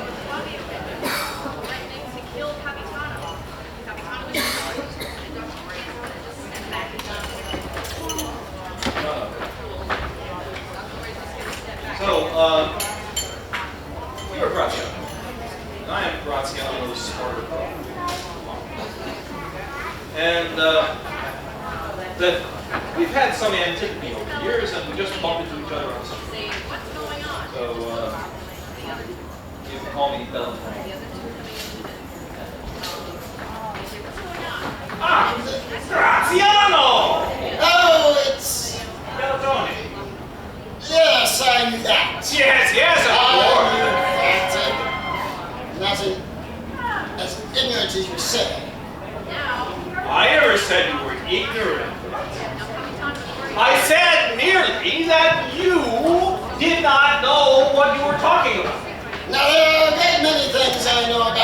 subject that we were discussing 5 years ago, I did know. Ah, yes, and we were talking about nominalism and what Occam thought about the theory of terms. And I explained it explicitly in detailed terms, which you obviously couldn't grasp. I see. Well, tell us again then. When I say the word chair, does a chair come out of my mouth? Hold on, open wide. Chair.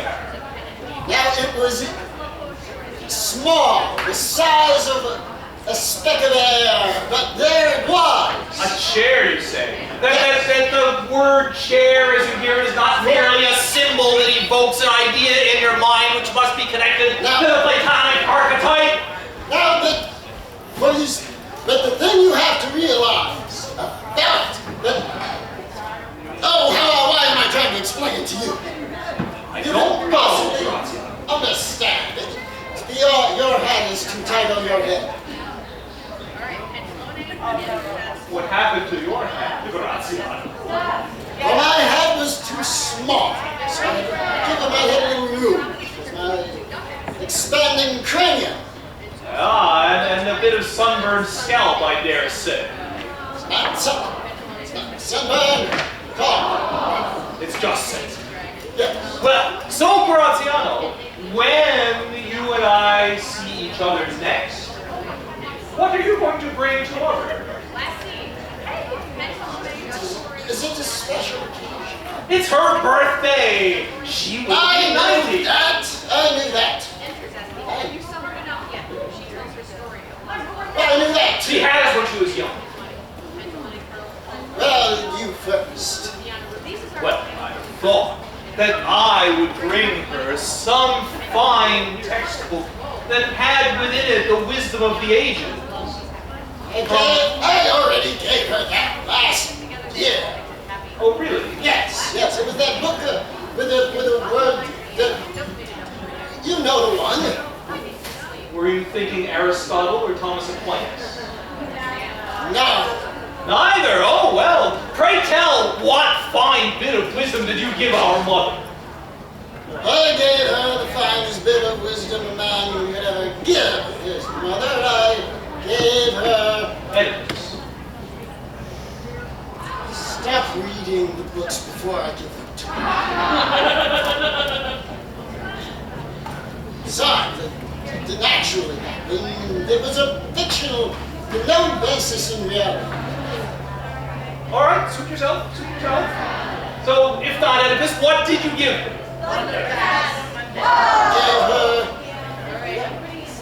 I gave her a silver chalice in the street. It must have been, but the chalice was better anyway. The silver chalice? The one with the silver. Our household arms was engraved on that chalice. It cost me quite a bit. Well, I had to teach many classes to people in order to pay for it. Are they ready? Yeah. Ladies and gentlemen, performing now for your pleasure and benefit at great expense to us. Yeah, dude, we don't work cheap.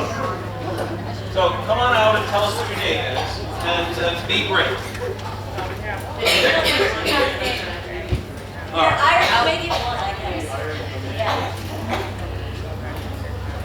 Buongiorno, my lords and ladies! What we have for you today is a small miracle of theatrical proportions.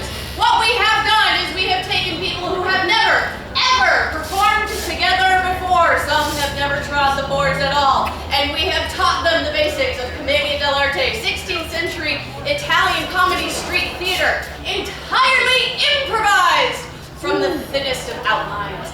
We have created a new story. This story is based on period ideas, and we have learned how to put together a Commedia show for you today in one day. Yesterday, we gathered at 12 noon, we worked all afternoon, and today you get to see the show that we produced in one day. So I give you the Iron Commedia, Phase 1 of this year's Pennsic. We have created a play for you called The Paper Dragon.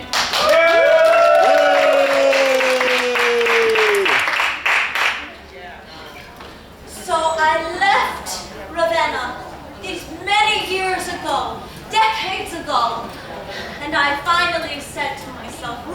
and I said, it is time. It is time for your revenge. For yes, I need to take revenge. On who you ask, I need revenge. On the house of Pantalone, the richest man in this city of Ravenna, because he and no other left me at the altar. Yes, he left Ruffiana at the altar without a word, without a sign, without a note of apology even. But since then, I have learned the art of mesmerism, of magic, and I, for the past few weeks, have been hypnotizing his servant, Arlecchino, to do my bidding and make as much trouble for Pantalone as possible. Arlecchino! Arlecchino? Do you remember this? Do you remember the shiny thing? I remember the shiny thing. You remember the shiny thing. You like the shiny thing, don't you? I like the shiny thing. Yes, you like to find the shiny things for me. Yes. And you like to hide the shiny things, especially Pantalone's shiny things. You like to hide them where Pantalone will never, never find them. Oh yes, of course. Go, find more shiny things and hide them. Oh, he will be so upset because I will make it so he's had all his money hidden from him. He will never find it. Ha! Revenge is so sweet!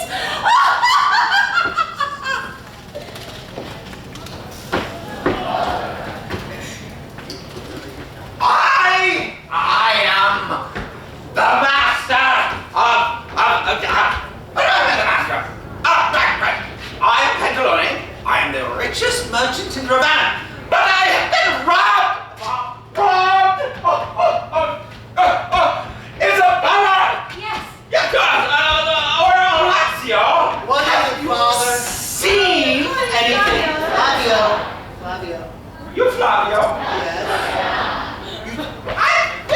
You always said Orazio was too expensive to name. Yeah, too many letters. I know. I couldn't write it. I like the F's. Yes. Anyway. So Flavio.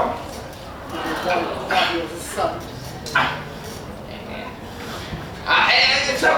So have you seen anything strange? Cause the money keeps disappearing. Oh, I've seen plenty of things strange around this house. Two of them right now. Ah! Well, Flavio being right, I can tell you, if we're having trouble with money, all we have to do is hire... What? Yes, I'm going to talk about him, the mercenary, the handsome, the suave, the dragon. Oh, yes. You haven't heard the dragon? No. I have. I'll figure it out. The dragon? Yes, the dragon. Really? King of fighters, can capture any man. You... Ruler of many women. You want to hire the dragon? Well, of course. How else would we get him here so that he may fall in love with you? The dragon, the infamous dragon, known everywhere throughout Europe. Yes! Especially in this household. Do I hear about the dragon on Monday? Yes. Do I hear about the dragon on Tuesday? Yes. But that pales in comparison to how much I hear about the dragon on Wednesday. Dragon this, dragon that. Every day you talk about this dragon. If this dragon is even a quarter as good, as great, as strong, as important as you say he is, my dear sweet sister, then why would he ever come to this town, to this house, to you? Well, sadly, that is the problem. The dragon will never come to town. No, he won't. We'll never have to worry about the dragon here. I'll just have to call in the Vandals. They know where he is. Right?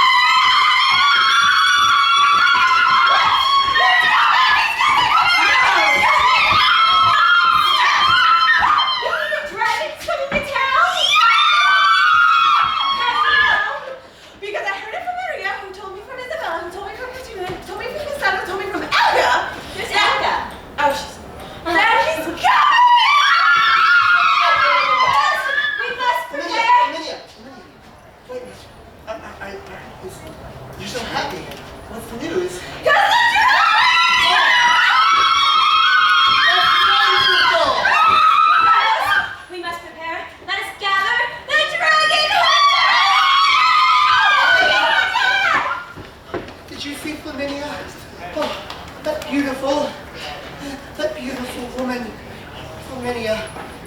She's so lovely. She is so dreamy. She's everything a man of such could want. All she wants is the dragon. And the dragon's coming to this town, and he'll be around her, and she'll never notice me, and my sister will never stop talking about the dragon. I'm gonna be alone forever because of the dragon. No one loves Sophia!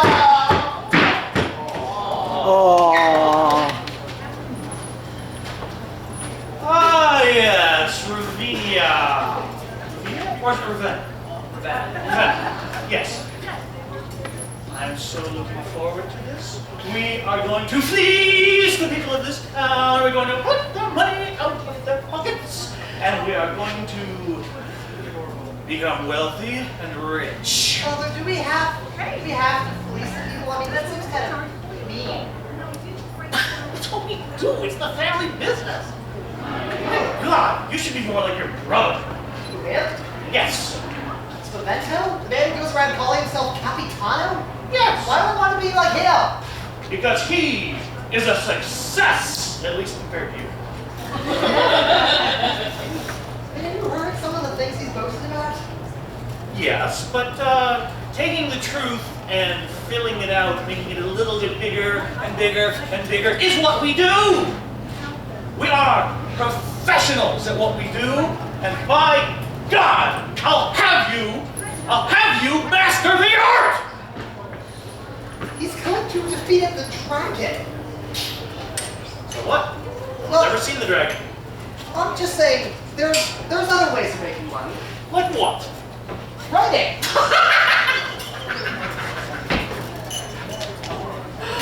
Oh, you are funny when you try to be. Oh, Trying to be. oh goodness, the question now is, who will be our target? Who is the most prime real estate here for our efforts? Who will be our targets? Did I hear the mention of the word target? Have nothing to do with Why, yes, you did. Are you in the business? I'm in lots of businesses, signore, but I think you might be interested in the information I have for you. Do tell, do tell. The wealthiest man in town, Signore Pantalone, Signore Pantalone. Remember. lives right over there. Ah. And he has a need that you might perhaps, with your special skills, be able to fulfill. He has a servant by the name of, I think it was Arlecchino. Arlecchino. And Arlecchino has not been getting any sleep of late. And of course, a sleepy servant is not a hard-working servant. Oh. So that is not something that Signore Pantalone would like, but I'm sure that it would be something of use to you. Why, yes. Thank you very much. Oh, you are very welcome. More welcome than he knows. This is better than I had planned. It's almost as if I had set it up myself. Ah, revenge! How I love you! This is a terrible idea. This is a wonderful idea.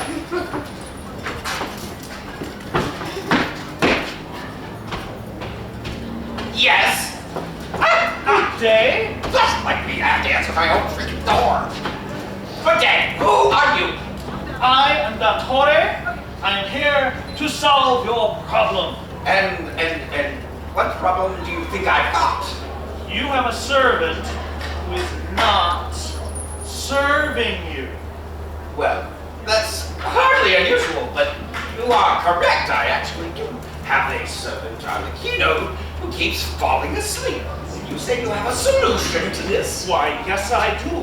It just so happens that I am the purveyor of the magical energy potion It will give him alertness, strength, mental acuity. Strength, anyway. And only yours for 3 ducats. 3 ducats for that? Or 3 of them for 10 ducats. Okay, I'll go for that. Sounds like a Here's good the deal. first one. I have to make up 2 more. All right. Well, come with me. You and your servants, or These are my sons. yes, at least one of you. Only one of you may come. I've been having problems with people stealing things. So only one. Then we will go find the David. Yep. Come with me. So, Arpino. How did I end up in this family? Hey there, you look new. Have you heard of the dragon? I can tell you're completely ignorant, so let me inform you. The dragon, the fiercest, most suave man in all of Europe, is coming to town. Why, rumor has it, he might even be here this day. Which is good because I, Isabella, will be the one to woo him. Oh, you see, I fell in love with the stories of the dragon back when they first appeared, and I realized that there was no other man for me. So, since he'll be here soon, I must prepare. Good day, my lord, whatever your name is. Take care. Orazio, nice to meet you. Oh, what a vision of loveliness. Such a beautiful, beautiful woman. And she's in love with the dragon. She's in love with the dragon? She's in love with the dragon. The dragon doesn't exist. I made him up. He's a character I wrote in my poems to make fun of my brother. Oh, this. Maybe if she thinks that the dragon is in love with someone else, she'll forget all about him and be able to pay attention to me. Of course, it all makes sense now.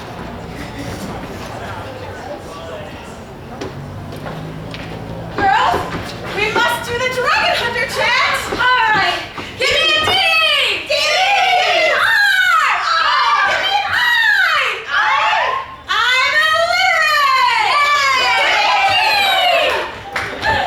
So, I just heard the most fantastic news off the grapevine. Yes, you won't believe it. Not only is the dragon in town, but he fell in love. Well, as we all know, this could only mean that he's run into me. Pity I didn't notice him. I always imagined it would be love at first sight.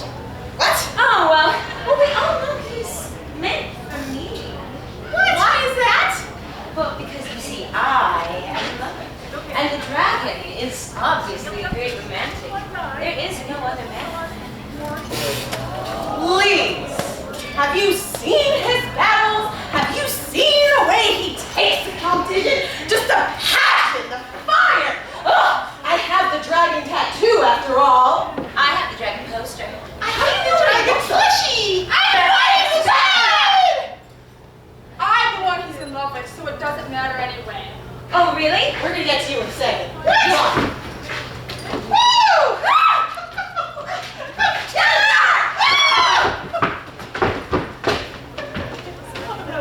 What did I just see? This is horrible. This is the opposite of what I wanted to happen. Now she thinks the dragon's in love with her? Oh, this is bad. This is bad. This is very bad. This is bad. This is very, very bad. Felix, can you believe how bad this is? It's terrible. What would you even know? You're not even from here. You haven't been hearing about this time and time again. Oh, I'll tell you. The dragon. Have you heard about the dragon? I hope you haven't, but you probably have because everyone's heard about the dragon. He has come to this town, and my beloved Flaminia will never notice me because of the dragon. Can you possibly understand how that feels? No, of course you're not, because no one knows the love of Flaminia like I do. Except I don't know the love of Flaminia. So I'm just forced to go home alone and then deal with my sister, Isabella. Isabella's your sister? Regrettably so. What's she like? Well, let's see. The dragon is so handsome. The dragon is so strong. The dragon is so... Yeah. That's that's pretty much what she's like day in and day out. Can you believe that? She really likes the dragon. Oh, you could say that. If only... She's so in love with the dragon, she'll probably never notice someone like me. I know, if only she could notice someone like you! That's brilliant! What did I say?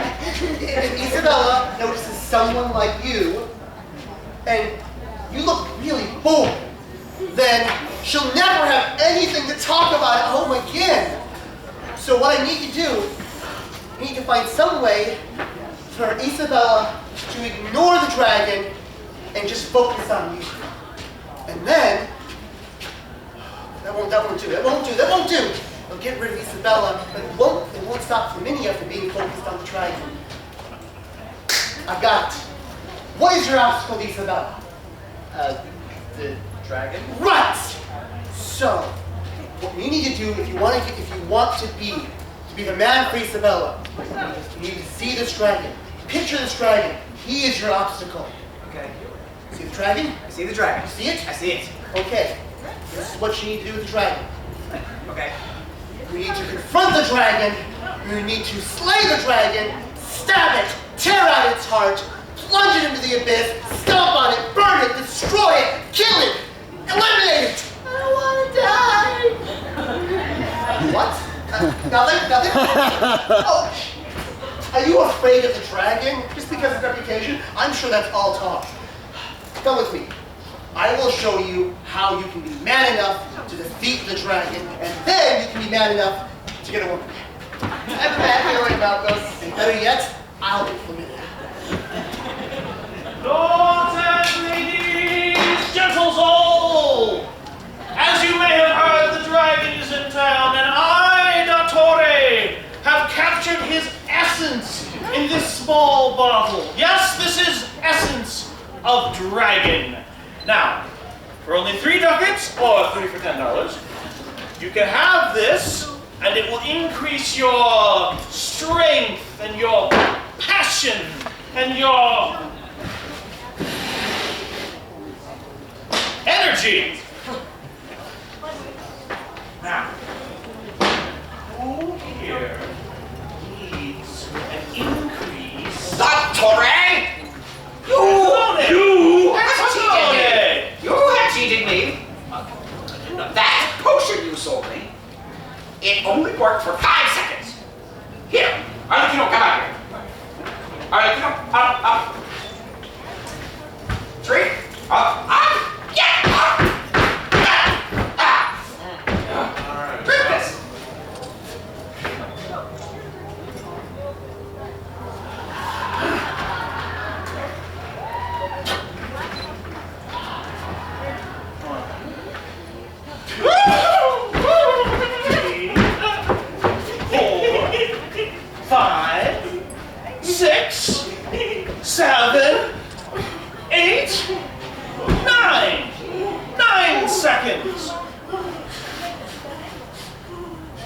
And did I not guarantee at least 10? Not 9 No, seconds. You said it would prevent him from falling asleep.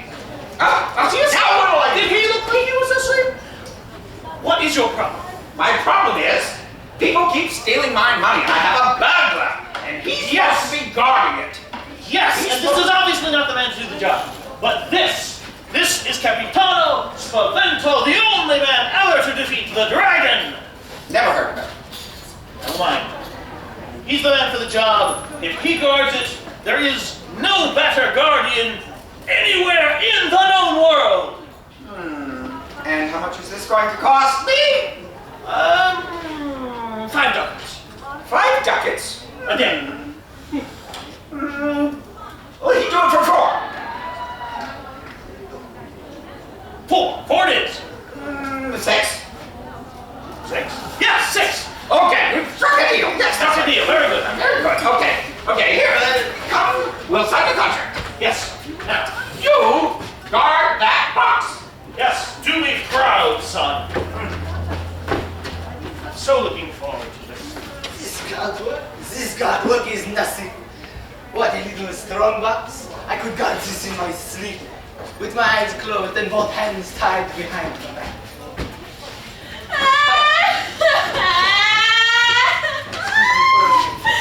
Mother was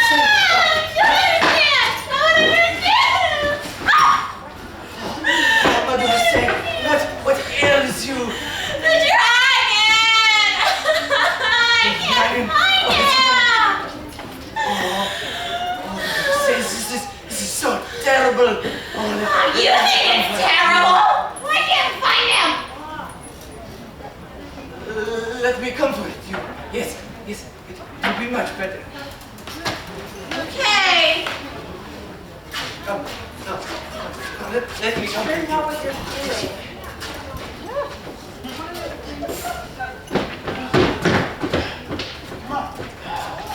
All right. Let me see your shoulder. Okay. I stole this. Wait. What is that? It's my sword party. Have you ever had the sword before? I'm more of a lover than fighter. What's your weapon of choice? Okay, I got one second. A pen. A pen. Oh, I can work with this. Okay, this is what you have to picture.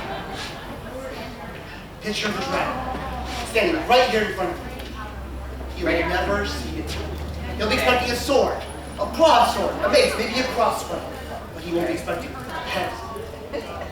This pen should be your first duty. You can blot out his eyes, and then when he's even more distracted, you can just ram it into his heart, and then just stab it again and again and again and again and again and again.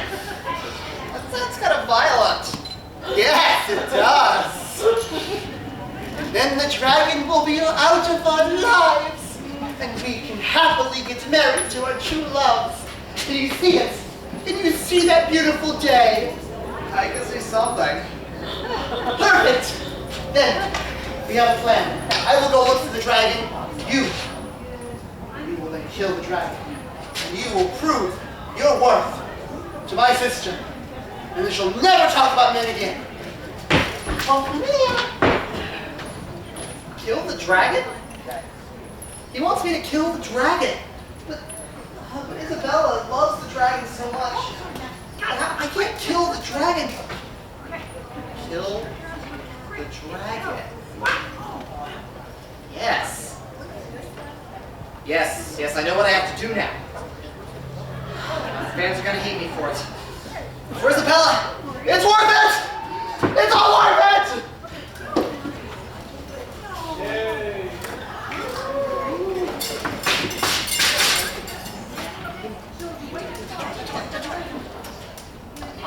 Angelo? Capitano was guarding this whole time. Yes, of course. Never looked away for an instant. Ever vigilant. I'm sorry. Ladies, what is wrong? The dragon is dead! It's so terrible. Olga! Who's Olga? I don't even know anymore! I need comfort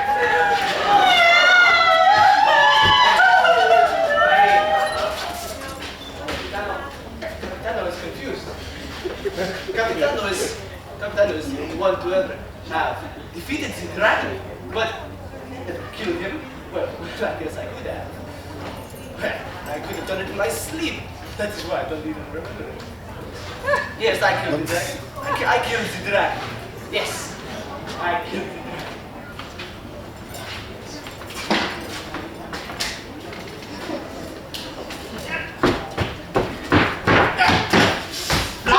What is it, Father? What do you see there?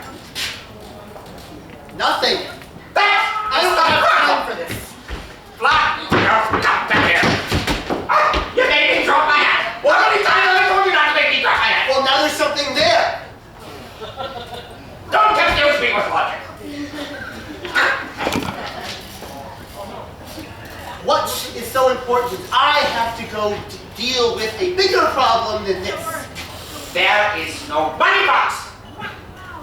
I hired that Spavento Capitano Spavento guy to guard the money box, and now it's gone. And it's been stolen again.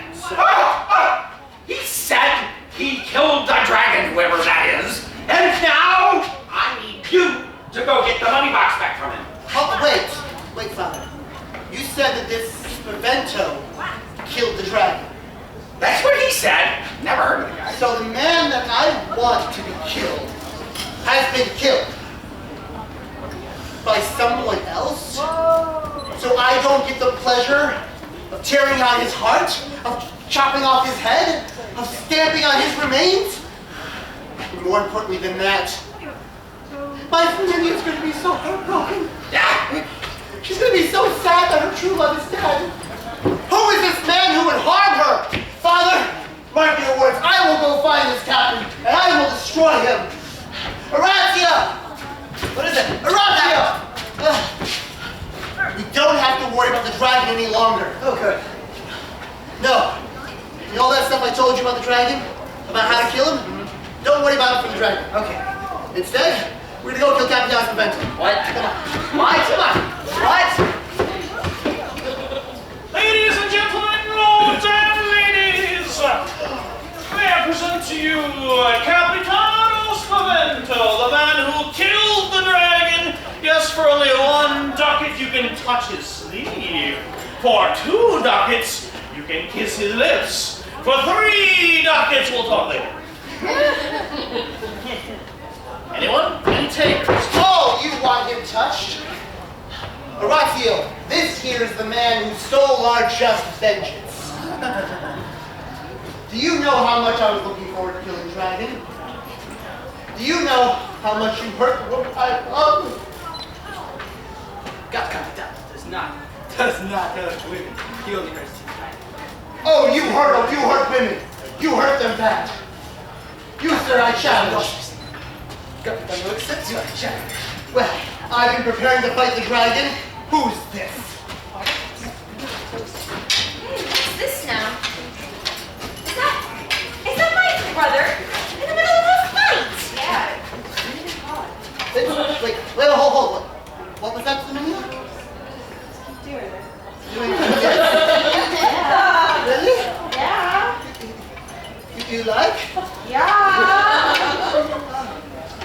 Hold that thought. Familia!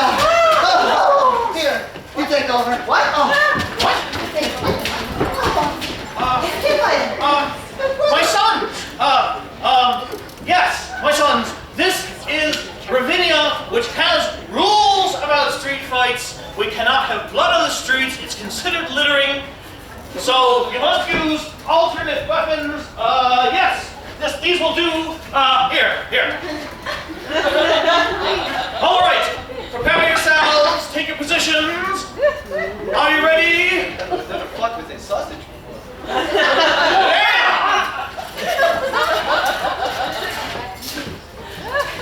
This is so weird.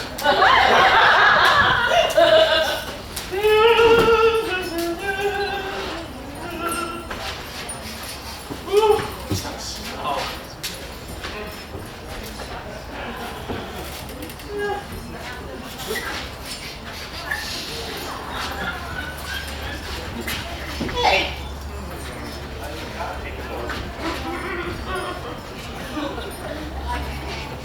You've been disarmed. Then you've lost the duel. No. It's over. No, because I have another weapon. Yes. Oh yes, as the challenged, you have the right to produce another weapon. And I choose a quill, Father. Quill.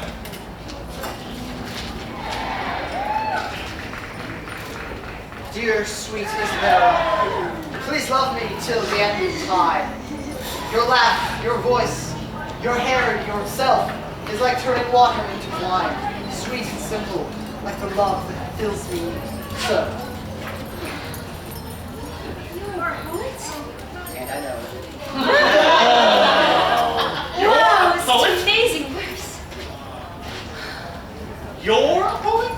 Yes, I am. My own brother? What?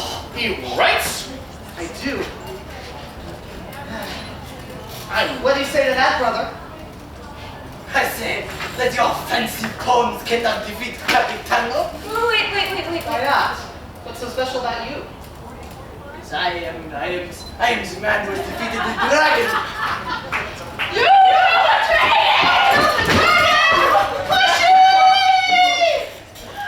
Oh my dear, how lovely. What is going on here? Women screaming, fighting. I've been a poet. What? I've been a poet for many years. As long as I can remember. Yes, Father, it's true. I am a poet. I'm a published poet. I'm ashamed of you. I'm disgusted with you. A published poet who has made, based on the last figures I saw, somewhere in the neighborhood of 10,562 ducats since I screened. Son! Son, none! Have you met my daughter? I'm This Ella. Grazie. Nice to meet you. But how did you make so much money? Well, I created the dragon. You created the dragon. I created the dragon. Oh wait, that means you are the dragon. I am the dragon. I knew it from the start. Please, let us be married. Right away. Okay. A strange device. Yeah, I heard. So, you, however, cheated me. You sold me the services of your son, this guy who dragon. He guarded your treasure. It's not my fault that the thieves were clever. But now I am penniless. Perhaps we can arrange some sort of here. Penniless, he says. Pantalone, the great Pantalone is penniless. You've lost your greatest love, Pantalone. Have you suffered enough yet? As I have suffered? Rufiana? Yes. What are you doing here?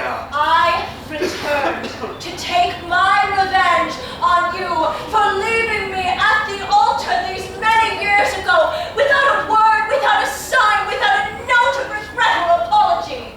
But my father, he would have cut me off. He would have left me penniless. Your father?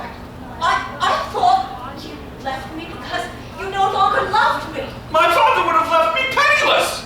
Your father? But I loved you without a penny. I loved you whether you had money or not. Oh, and I gave it all up. Now, I am penniless. So don't you see, it doesn't matter anymore. It We doesn't. can be together. We can. Yes. I am redeemed. And But yes. penniless. Yes. Actually, you're not penniless. I'm not? No, your money is not gone. It's merely hidden. Do me a favor, my beloved, and call in that servant of yours, Arlecchino, I believe his name was. Yes, Arlecchino. Arlecchino! Wake up!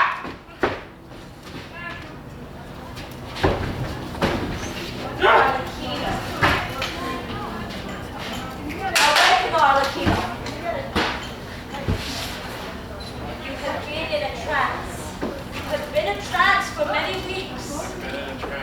Yes, and you have been looking for shiny things. You remember the shiny things, yes. And I want you to find the shiny things that you have hidden and put them all back in their rightful places as soon as the trance is broken, which I will do thusly.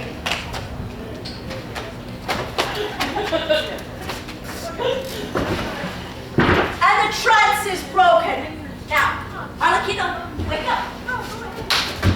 Go find Pantalone's things. Go. And thus your money is restored. Oh, yes. Oh. That's how money is restored. Oh, it is. All of it. All of it. Once. All of it. Hey, must have hidden it all in one place. Oh, this is wonderful. It's running out of space in the backyard. My money box. And now you have everything you've ever wanted. Yes, I do. Yes, I do. And your true love. Wow! Now that you have the capital, perhaps we could do consider a business venture. Business venture? Yes. Did you have something in mind? I was thinking of publishing.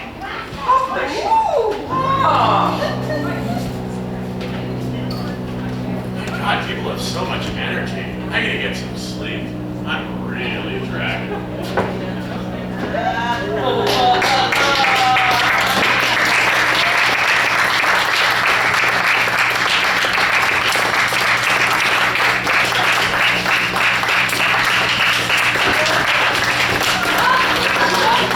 Don't trip on the sausage.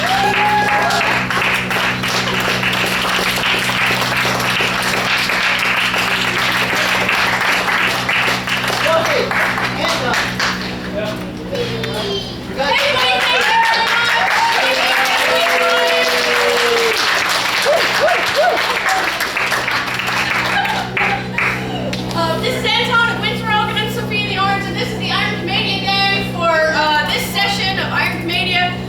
Come back on Tuesday, because we're going to do this all over again. You and your friends can join us and be in a one-day Commedia show, and we're going to be putting it on back here at the PAC, back in the evening on, on Tuesday. Different play.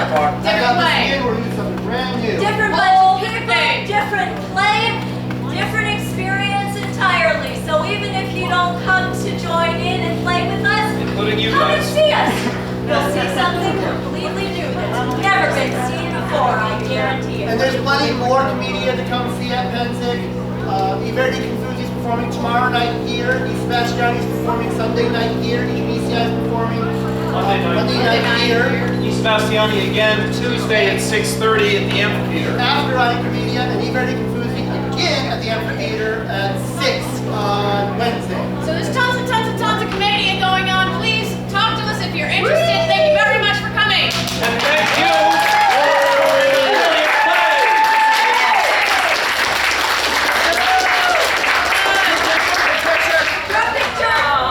Oh yeah, group picture. Pictures with cameras. And sausages. And sausages. And plushy. And plushy. Plushy. Where's plushy? Got it. Plushy. Okay, who needs to hold a sausage? Oh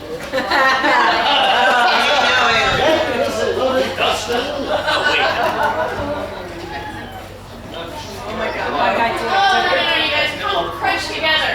Crunch together. Somebody get on their knees. I love a man on his knees. That'll do. Alright, this is great. Okay, everybody say plushy! Plushy! Oh, that's lovely. Okay. I thought we got all. Alright, that's enough. Thanks. Thank you, everyone. Hey, let's clean out backstage. You know, I'm not mess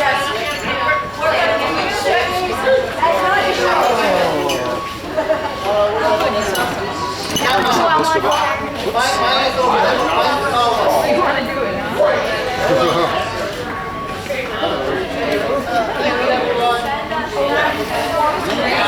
Both those boys have enthusiasm, they have ideas. That's all you need. Enthusiasm and ideas. And pouring it on the person he fetched it for. They were teaching about how to make up something for it. And so, like, he was supposed to be this old man. Yeah. He was like an old man. Oh, this one. No.